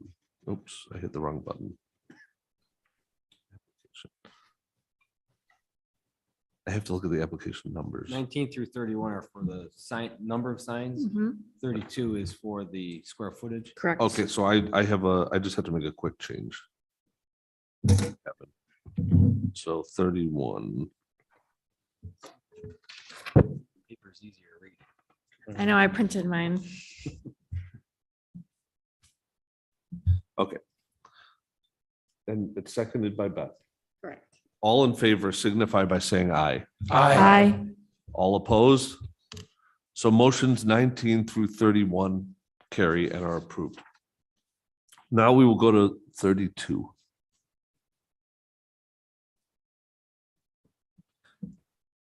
With regards to application number ZBA 2022-032 for an area variance, I move to approve as follows. Whereas the zoning board has duly advertised and held a public hearing, has considered all relevant information, and has considered the potential benefit to the applicant versus the potential detriment to the neighborhood or community in relation to such variances. Now therefore be it resolved that the zoning board of appeals makes the following findings of fact. The variance will not result in an undesirable change to the character of the neighborhood or a detriment to the nearby properties. Again, the total sign package proposed for this business necessitates this variance. The variance cannot be achieved by some other feasible method. The branding of the company and the comprehensive signage creates a feeling for the restaurant that cannot be achieved in another feasible method. The variance requested is substantial at approximately 200% of allowed square footage. The variance will not have a negative effect on physical or environmental conditions. The comprehensive package is coordinated look for the message being portrayed, and the difficulty relating the variance was self-created. The company's signage and branding is completely in their control. However, the setup is complete and reasonable. And be it further resolved that based upon the above findings, the zoning board of appeals hereby approves the variance as presented. Second. Seconded by Beth. All in favor signify by saying aye. Aye. All opposed? That motion carries. And the last one, which will probably take an extra moment here, is for the parking spaces. With regards to application number ZBA 2022-033 for an area variance. I move to approve as follows. Whereas the zoning board, did I say the wrong number? No. Oh, I was just, you thought you mentioned you had to do seeker for this one. I do. Do I have to Okay, do it okay. first? I apologize. Do I need to do it first, Kevin? Does it matter? He's the expert. Do I need to do it first? I don't think it matters the order. I Okay. just, I was gonna say typically most of the boards do the seeker first. Oh, sorry, I will do the seeker first. So seeker review. Sorry, 760 Jefferson Road, ZBA seeker, okay, for variance. Seeker review indicates the action under consideration is an unlisted action as per section 617.7 C14. The Henrietta Zoning Board of Appeals as lead agency has determined that the proposed action described below will not have a significant effect on the environment and that a draft environmental impact statement will not be required. The action under consideration is a variance application by BJ's Restaurant, Inc. It is an unlisted action and will not require conditional negative declaration. The purpose of this application is variance approval for a reduction in the required parking spaces from 576 total spaces where 692 are required for the property located at 760 Jefferson Road in an industrial zone district. Tax account number 162.05-1-3.3. All relevant areas of environmental concern were identified. Evaluation and examination were carefully made in relation of the existing conditions versus the proposed site environment improvements. It has been determined that there will be no adverse environmental effect as a result of the proposed action. I, Robert Peckham, therefore make the motion that we will make a negative declaration and that the Zoning Board of Appeals Chair be authorized to sign the statement of environmental significance. Okay, and with that, with regard to application number ZBA 2022-033 for an area variance, I move to approve as follows. Whereas the zoning board has duly advertised and held a public hearing, has considered all relevant information, and has considered the potential benefit of the applicant versus the potential detriment to the neighborhood or community in relation to such variances. Now therefore be it resolved that the Zoning Board of Appeals makes the following findings of fact. The variance will not result in an undesirable change to the character of the neighborhood or a detriment to the nearby properties. This variance will only have a minor change on the existing parking spots and will benefit all involved parties. The variance cannot be achieved by some other feasible alternative. The land on the lot will not accommodate more spaces. This is the only option for the business's need. The variance requested is substantial. However, it is a minor change to the existing spaces that are physically present. The variance will not have a negative effect on physical or environmental conditions. This change is not substantial to the existing build out, and therefore there is limited environmental change. And the difficulty related to the variance was self-created, but it is because of the brand and needs for the business. And be it further resolved that based upon the above findings, the Zoning Board of Appeals hereby approve the variances or the variance as presented. Second it. Seconded by Beth. All in favor signify by saying aye. Aye. All opposed? The motion carries. Thank you, gentlemen, for your patience. Can we get a second on the seeker negative declaration and a vote for that as well, please? Please, yes, I apologize. Seconded by John. All in favor of the seeker declaration? Aye. Aye. Aye. All opposed? So that carries. And thank you for keeping me honest, Sarah. Thank you. With that, we'd like to close the meeting at 9:35. Thank you, guys. Sorry to make you stay so late. Past my Thank bedtime. you. We gotta ask them. Neither of you came from California, right? Oh, yeah. Oh, it's only like 5 or 6 over there. Yeah. They're very